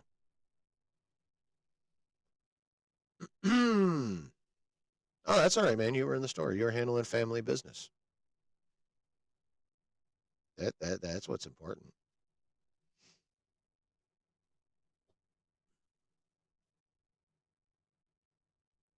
Oh. Probably turn the music back on now. There we go.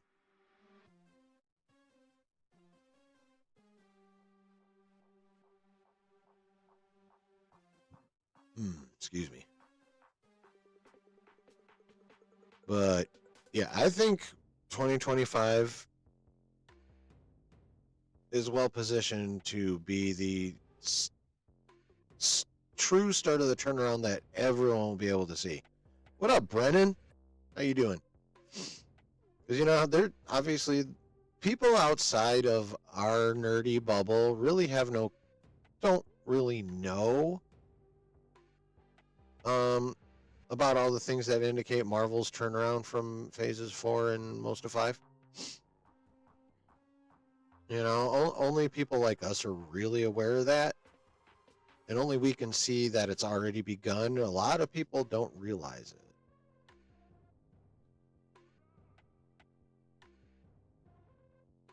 Finally made it in. Well, it's good to see you, bro. But yeah, like I think the greater audience out there has no clue about the massive turnaround of Marvel. So honestly, as good as it looks, I think a lot of people currently are probably not paying that close attention. Now, there is a lot of hype being generated, at least online.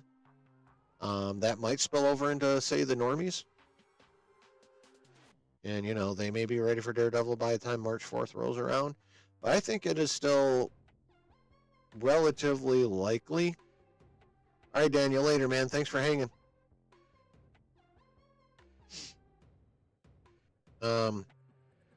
Shit, what the fuck was I saying?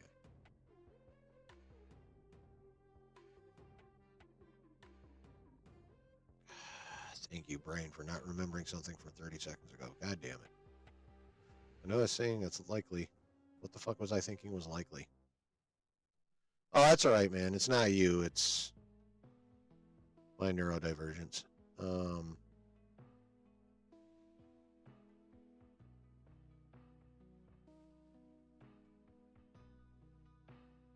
God damn it. Sorry, folks. This is probably why I don't have more subs. I can't keep a goddamn fucking narrative together.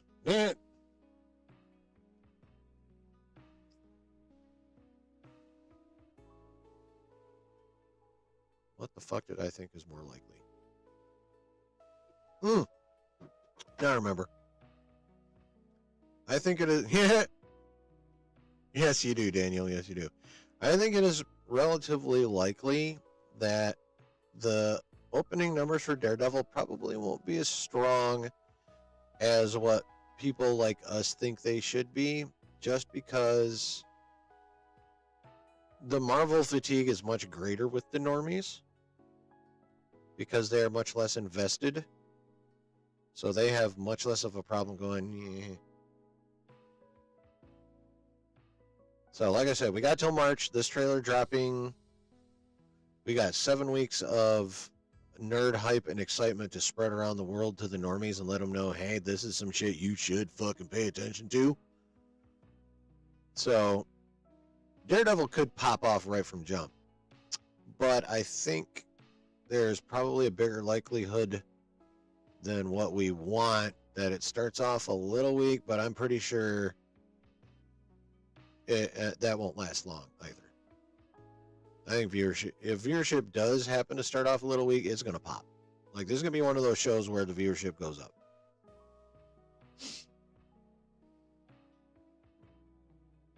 Exactly, Brooke. Word of mouth. The hope is word of mouth will make Daredevil Born Again super popular towards the finale. Exactly. And this is a 9-episode show. And as far as I know, it's 1 episode per week. Like, the premiere is just going to be the first episode. So it will have time. Word of mouth will have time to get around and get people watching by the time this show is over. For sure.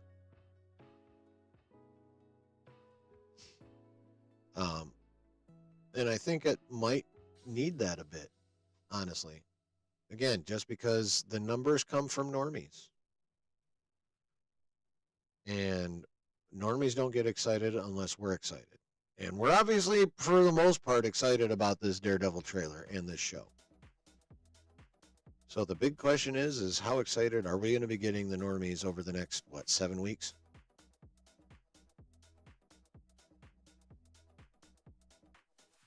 Any idea on how long the episodes are? Yeah, they're going to be like Netflix length episodes, like, 40, 45, 50 plus minutes. Yeah, no, we're getting fed, bruh. Full meals every week.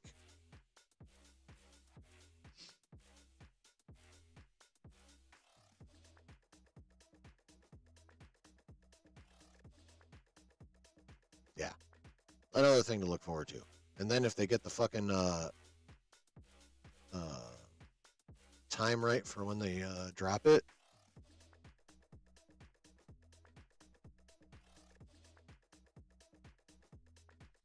then we are for sure watch partying it. Even if Josh does too, I don't fucking care. I'm doing it here. Yeah, it was originally conceived as one big old 18 episode show. They were still going to split it kind of into two parts, like you know how Walking Dead used to do, and how Invincible foolishly did in season 2. But now they have officially changed it to 2 9-episode seasons, and production's already started on season 2, I believe. Or if it hasn't, it will be shortly.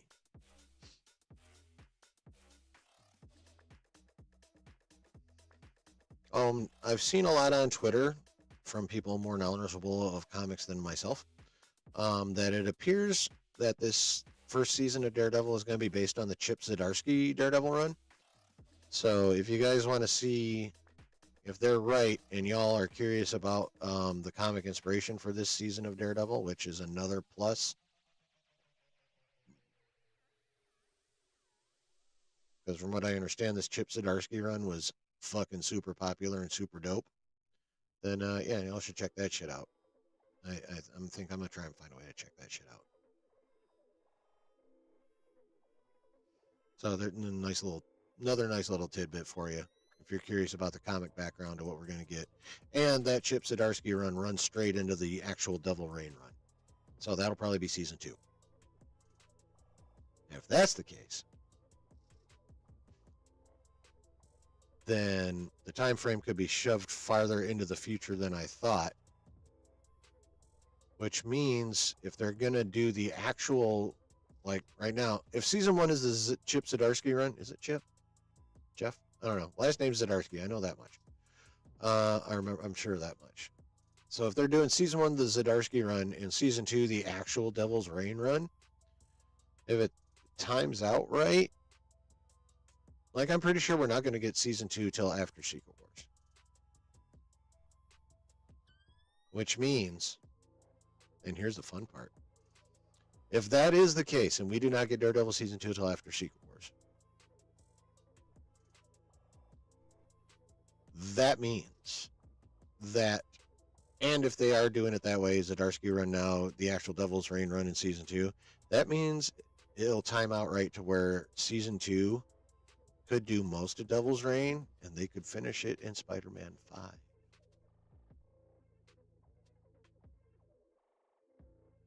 The timing is there, if that's what it is. The timing is there, folks. Spider-Man 5 could be the grounded movie that finishes off Devil's Reign that a lot of us were thinking Spider-Man 4 was going to be. But if it's Spider-Man 5 and season 2 comes out after Secret Wars, that'll be the end of the multiverse saga. The new 616 will have everybody in it. So I think if that's the way it times out, I think that's what's going to happen. Zdarsky run season 1, Devil's Reign run mostly done in season 2, and then concluded in a nice grounded street level Spider-Man 5 with Daredevil, Kingpin, Punisher, and Spider-Man, and who the fuck knows who else. And doesn't that sound fucking dope? What do you think about that shit, chat? Liz Mu's character seems intense. Yeah, that's one way to put it. Another way to put it would be psychopathic mass murderer. He's a graffiti artist that goes psycho and decides to start making art literally with people, like their bodily fluids and viscera. Yeah, he's intense for sure. The one thing crazy enough to get Daredevil and Wilson Fisk on the same page.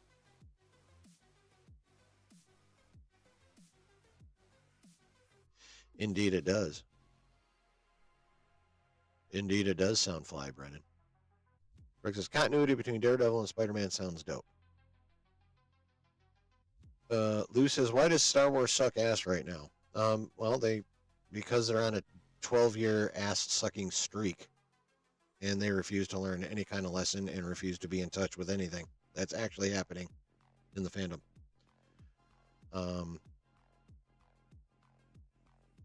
Although Skeleton Crew on its own, I enjoyed that show. It was surprisingly good. I had no expectations, which probably helped, but it was still better than I thought it was going to be. Kind of like Agatha was. The two Disney franchises each had one surprisingly good show this year, and that was kind of nice.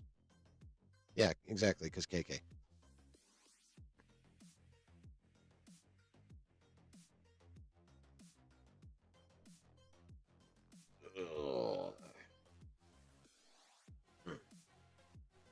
And do a little stretchy there. But yeah, that's why Star Wars sucks ass right now, because KK is an idiot and Marvel's turning around because Feige is not. Hell, even Sony's like, yeah, we should stop making these villain movies and just make Spider-Man stuff. Even Sony learned. And they fired a couple people. I'm sorry, a couple people left. They fired those assholes. We all know it. Oh, yeah. Nose deep, Lou. Nose deep.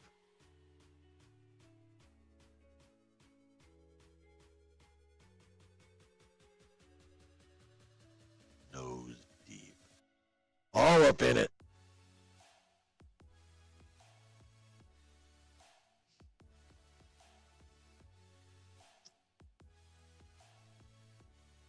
So how about it, chat? The possibilities, man. The possibilities. If things time out and if they're being done the way it looks like they're being done, oh my God. 6 out of 10 for Skeleton Crew and 7 out of 10 for Agatha. Yeah, that's fair. There are definitely aspects about both shows that probably aren't for everybody. I, however, give them both a solid 8.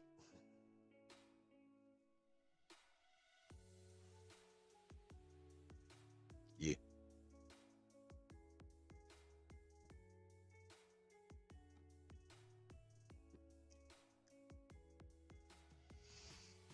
So, yeah, that's all I got for tonight. Like I said, it's a light news week, and thank God for that Daredevil trailer. Because otherwise I would have had literally just Star Wars to talk about, and that would have been sad, and I'd probably already be done with this fucking stream, honestly. Yeah, that's all I got. How about it, chat? What do you got for me? Anything? Doesn't have to be about Daredevil. Doesn't have to be about Star Wars. We're to your portion, chat. My planned subjects are done.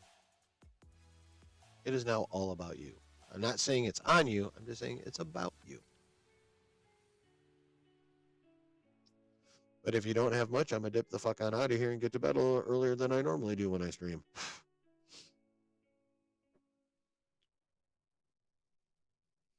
Brooks is definitely going to rewatch the Daredevil trailer a few times. Also, Rob had a video on a Daredevil comic today. Well, that doesn't surprise me. His tweet was pretty simple. That trailer was amazing. Like, he typed out all the A's. It was awesome. In all caps, by the way. Rick says, Ultimate Wolverine 2024 looks dope too. Well, the cover does. Yeah, I saw that color. I saw that cover earlier today. Oh, that Ultimate Wolverine suit, in my opinion, is fucking fire. Have y'all seen it? Have you seen it?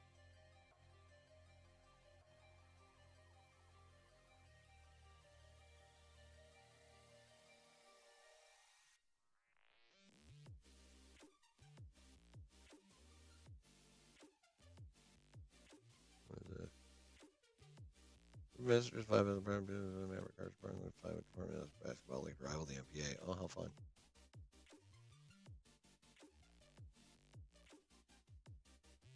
There. Oh. There. If you haven't seen it, that is the Ultimate Wolverine suit. Yeah, I know, right? I can hear Rod's voice saying that tweet. Yeah. Wolverine's supposed to be the Winter Soldier in Ultimate. Yeah. I mean, he's wearing the Winter Soldier mask right there.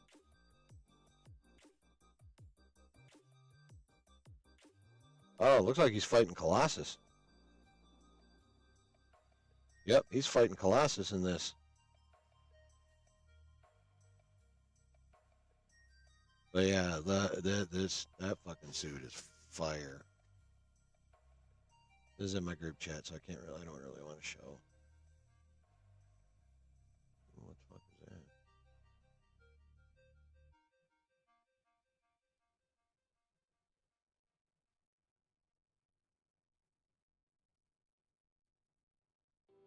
Oh, that's cool. I didn't know that existed. Carnage Spider-Man.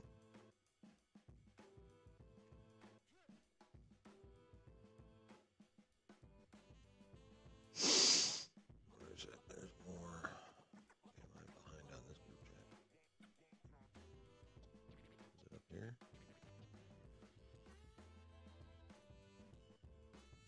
Oh yeah, RPK dropped some Marvel news. Fuck that guy. I don't care about that guy right now. Where'd it go?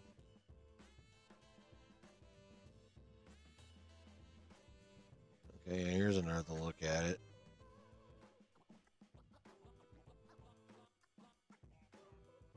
That suit is fucking sick, bro. I don't care what anyone else says. That suit is fucking sick. Wifey's added a bunch of stuff to the list right when you thought you was done. It can happen. Oh yeah, I had to get gas. Brennan says, I'm actually sneaky happy a Marvel movie is about to be coming out. I mean, always a fan of Colossus. Yeah, I like Colossus. I mean, you don't have to be sneaky happy about it. I mean, I'm glad we only got one Marvel movie last year, so I'm glad we're getting one in the not too distant future. I'm just hoping it's not gonna suck. Is all.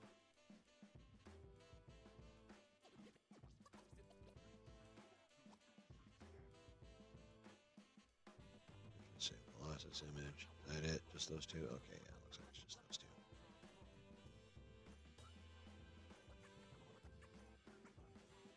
But yeah. Yeah, that suit is tight. Red black always look tight? Yeah, for sure. For sure.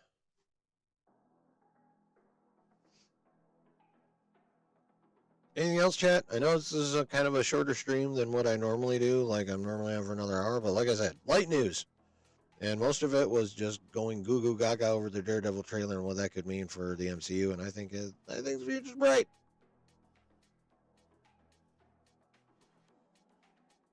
I think the future's bright. I think.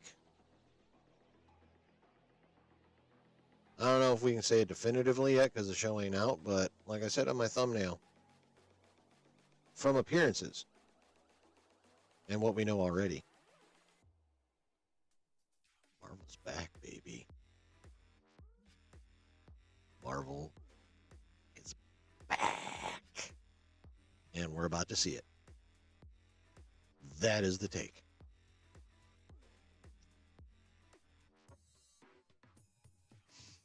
How about it, chat? Thoughts on that? Thoughts on anything else?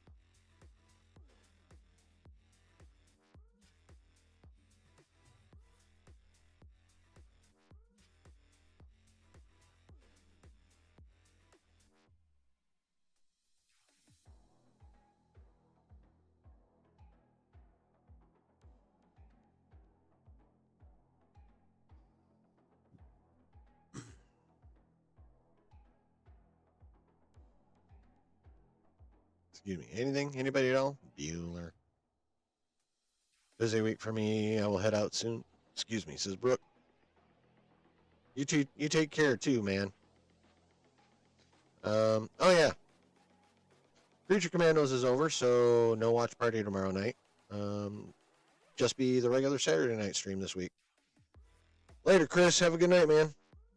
After tonight. Actually, until Spider-Man, Friendly Neighborhood Spider-Man comes out in 2 weeks. It's just gonna be Wednesdays and Saturdays for the next couple weeks. But I am, of course, gonna do watch parties for at least the premiere of Friendly Neighborhood Spider-Man. Yeah, exactly, Delta Dan. I think it's coming back as well. At least the premiere. We'll see how that hits. Like I said, most of the projects, I mean, Daredevil, we're fucking watching all 9 weeks of every Tuesday for 9 weeks. That's what's up with that show. But the rest of the Disney Plus Marvel offerings, we are in give the premiere chance mode and see how we feel. Aight? Justin streaming about, yeah. That will be fun. No, what? What, me being done? Well, what you got for me, bro? I'm happy to talk about something. You got something to talk about.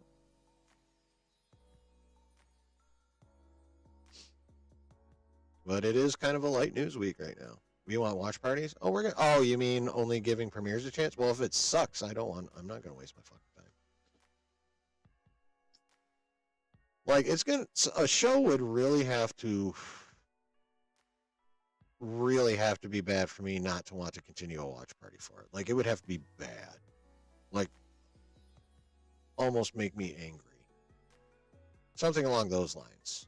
For me to stop having watch parties for the show.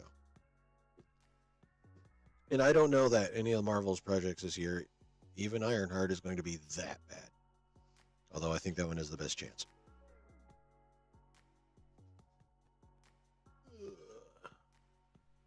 Yeah, no, there shall be watch parties.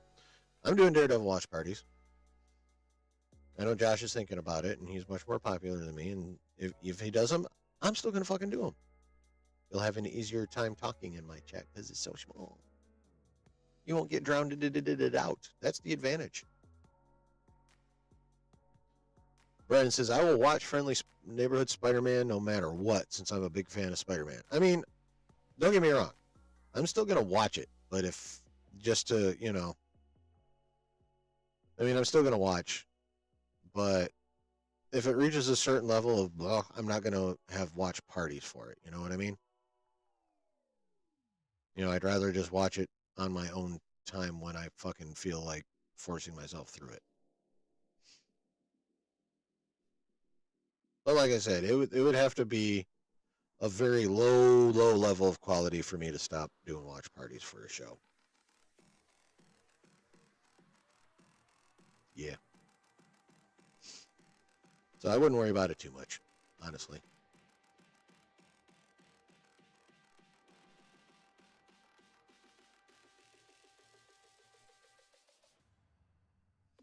All right, y'all. I'm starting to get a fucking neck cramp. What else am I watching? Right now, not much. I'm like my little ADD brain's hyper focused in on my baseball game on my phone right now. Like, not even a console baseball game, just a phone baseball game. But I have a lot of fun playing it, and I'm like zoomed in on that shit right now. It's probably what I'm gonna do when I get off of here. I'm probably not gonna watch anything. I'm probably just gonna grab the phone, fire up a doobie, and play some baseball.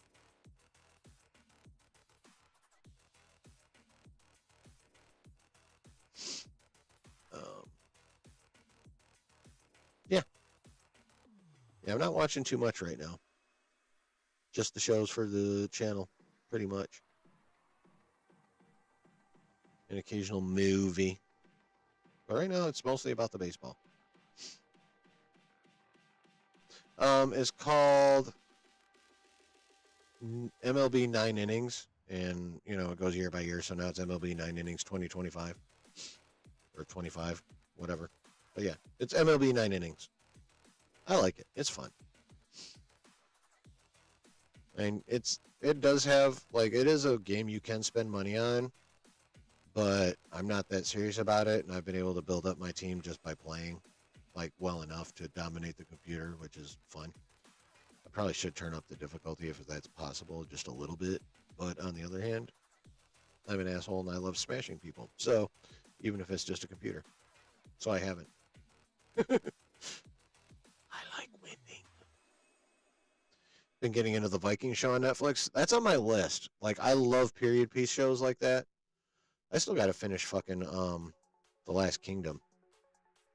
I was all about that show for a hot minute, and then I fell off it. I got to finish the last season, and I got to watch the fucking movie, the follow-up movie to the show. Still.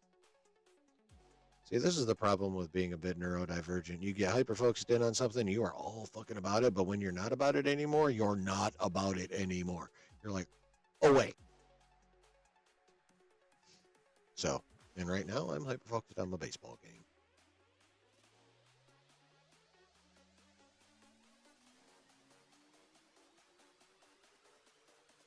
Yeah, I've heard good things about that Viking show. I've always thought it looked dope.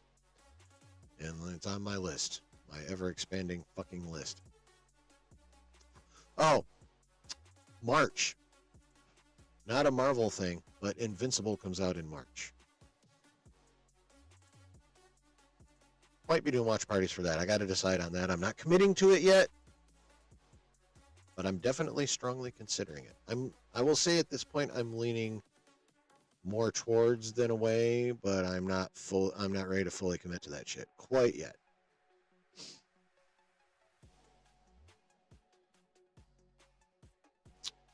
Am I checking out American Primeval? Shit is wild. I've heard. No, I'm not checking it out, but I've heard about it. And yeah, that's pretty much what I've heard. Is that show's fucking wild. I don't remember exactly what it's about, but like I said, the basic impression is it's wild. Vikings is a great show, yeah.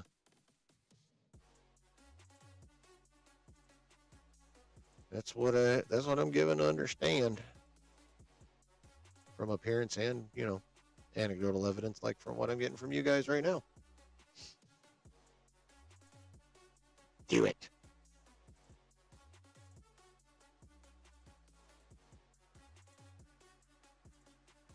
All right. Okay, y'all. I love you, but I'm going to go. Hopefully some shit pops off between now and Saturday, or I'm going to have to get my version of creative, and who knows what the hell that's going to turn out like. So, pray for news. Pray for news. So, in the meantime, if you haven't hit the buttons, like, subscribe, notification bell, hit the buttons. If you've been around for a while, Lions winning this weekend, they fucking better. It's maybe 8-episode miniseries, basically American Indians and Mormons with a lot of gore. Oh, okay, yeah. That's right. And a killer cast. Okay, yeah. Yeah, okay. Is that on Netflix as well? If it is, I'm going to have to go put that shit on my list too. So yeah, hit all the buttons. If you're watching on the replay, leave some comments. Show YouTube I'm worthy of attention. I hope so, Lou. I really hope so. God, I hope so. But, assuming we get past Washington, which I think the odds are in favor of that. I mean, Jaden Daniels is a fucking freak, but, overall, we're still a stronger team. But then we'll probably have to get past Philly. I mean, LA had a good game against Minnesota. Actually, I saw a fun little stat, just real quick. The 4 games Minnesota lost were as follows. They lost to us, and then the immediate following week lost to the Rams. So there's their first 2 losses. Then week 18, they lose to us, and then immediately the following week in the wild card, they lose to the Rams. That's their 4 losses this year. You're a Lions fan until next season. That is totally fair. I know you're about your Niners. Respect. But until then, yes. You'll be at the parade? Hell yeah. I mean, they better, literally shut down Detroit that day, for real. If we win the goddamn Super Bowl, that should literally be like Whitmer better be like, yep, state holiday, shut everything down, let's go party.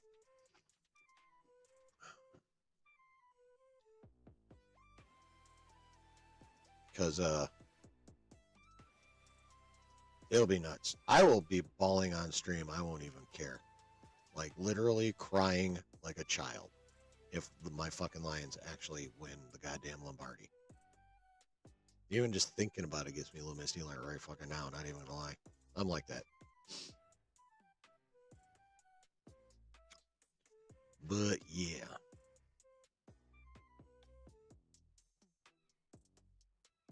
Okay. Much love, everybody. Thanks for being here. Hope to see you Saturday night at 9 p.m. for the regular Saturday night stream, where hopefully we'll have some news to talk about. And if not, I'll figure something out. I'll figure out a way for us to have some fun together. Don't worry. Well, maybe worry a little, but don't worry too much. Have a good night. Be safe the rest of the week. And we'll see you Saturday night at 9.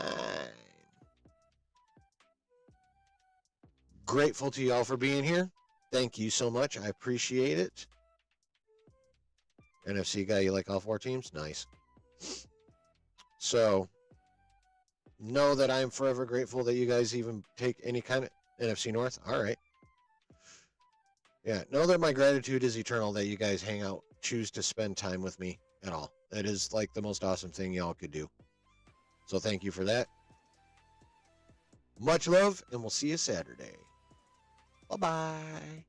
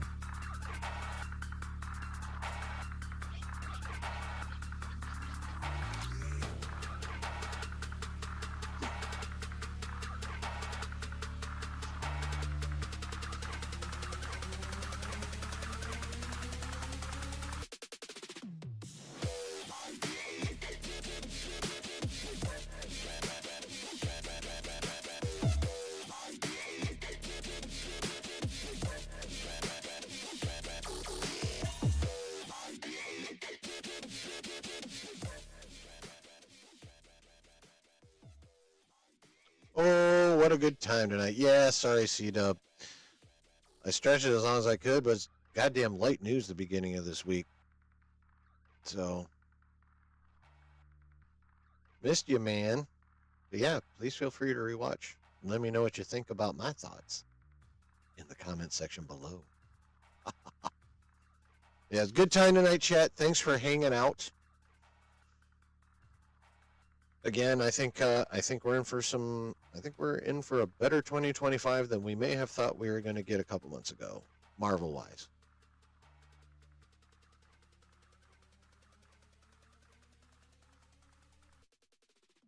Even including the product dump. I think we are going to have a good year, and we're going to roll into 2026 and Doomsday just chugging right along on a massively large hype train. Choo-choo! So thanks for being here. Much love to everybody. Hope to see you back here Saturday night at 9 p.m. in the Eastern Standard Time. Until then, be safe. Have a good rest of your week. And remember, wherever you're at and whoever you're with, always keep it nerdy. Peace!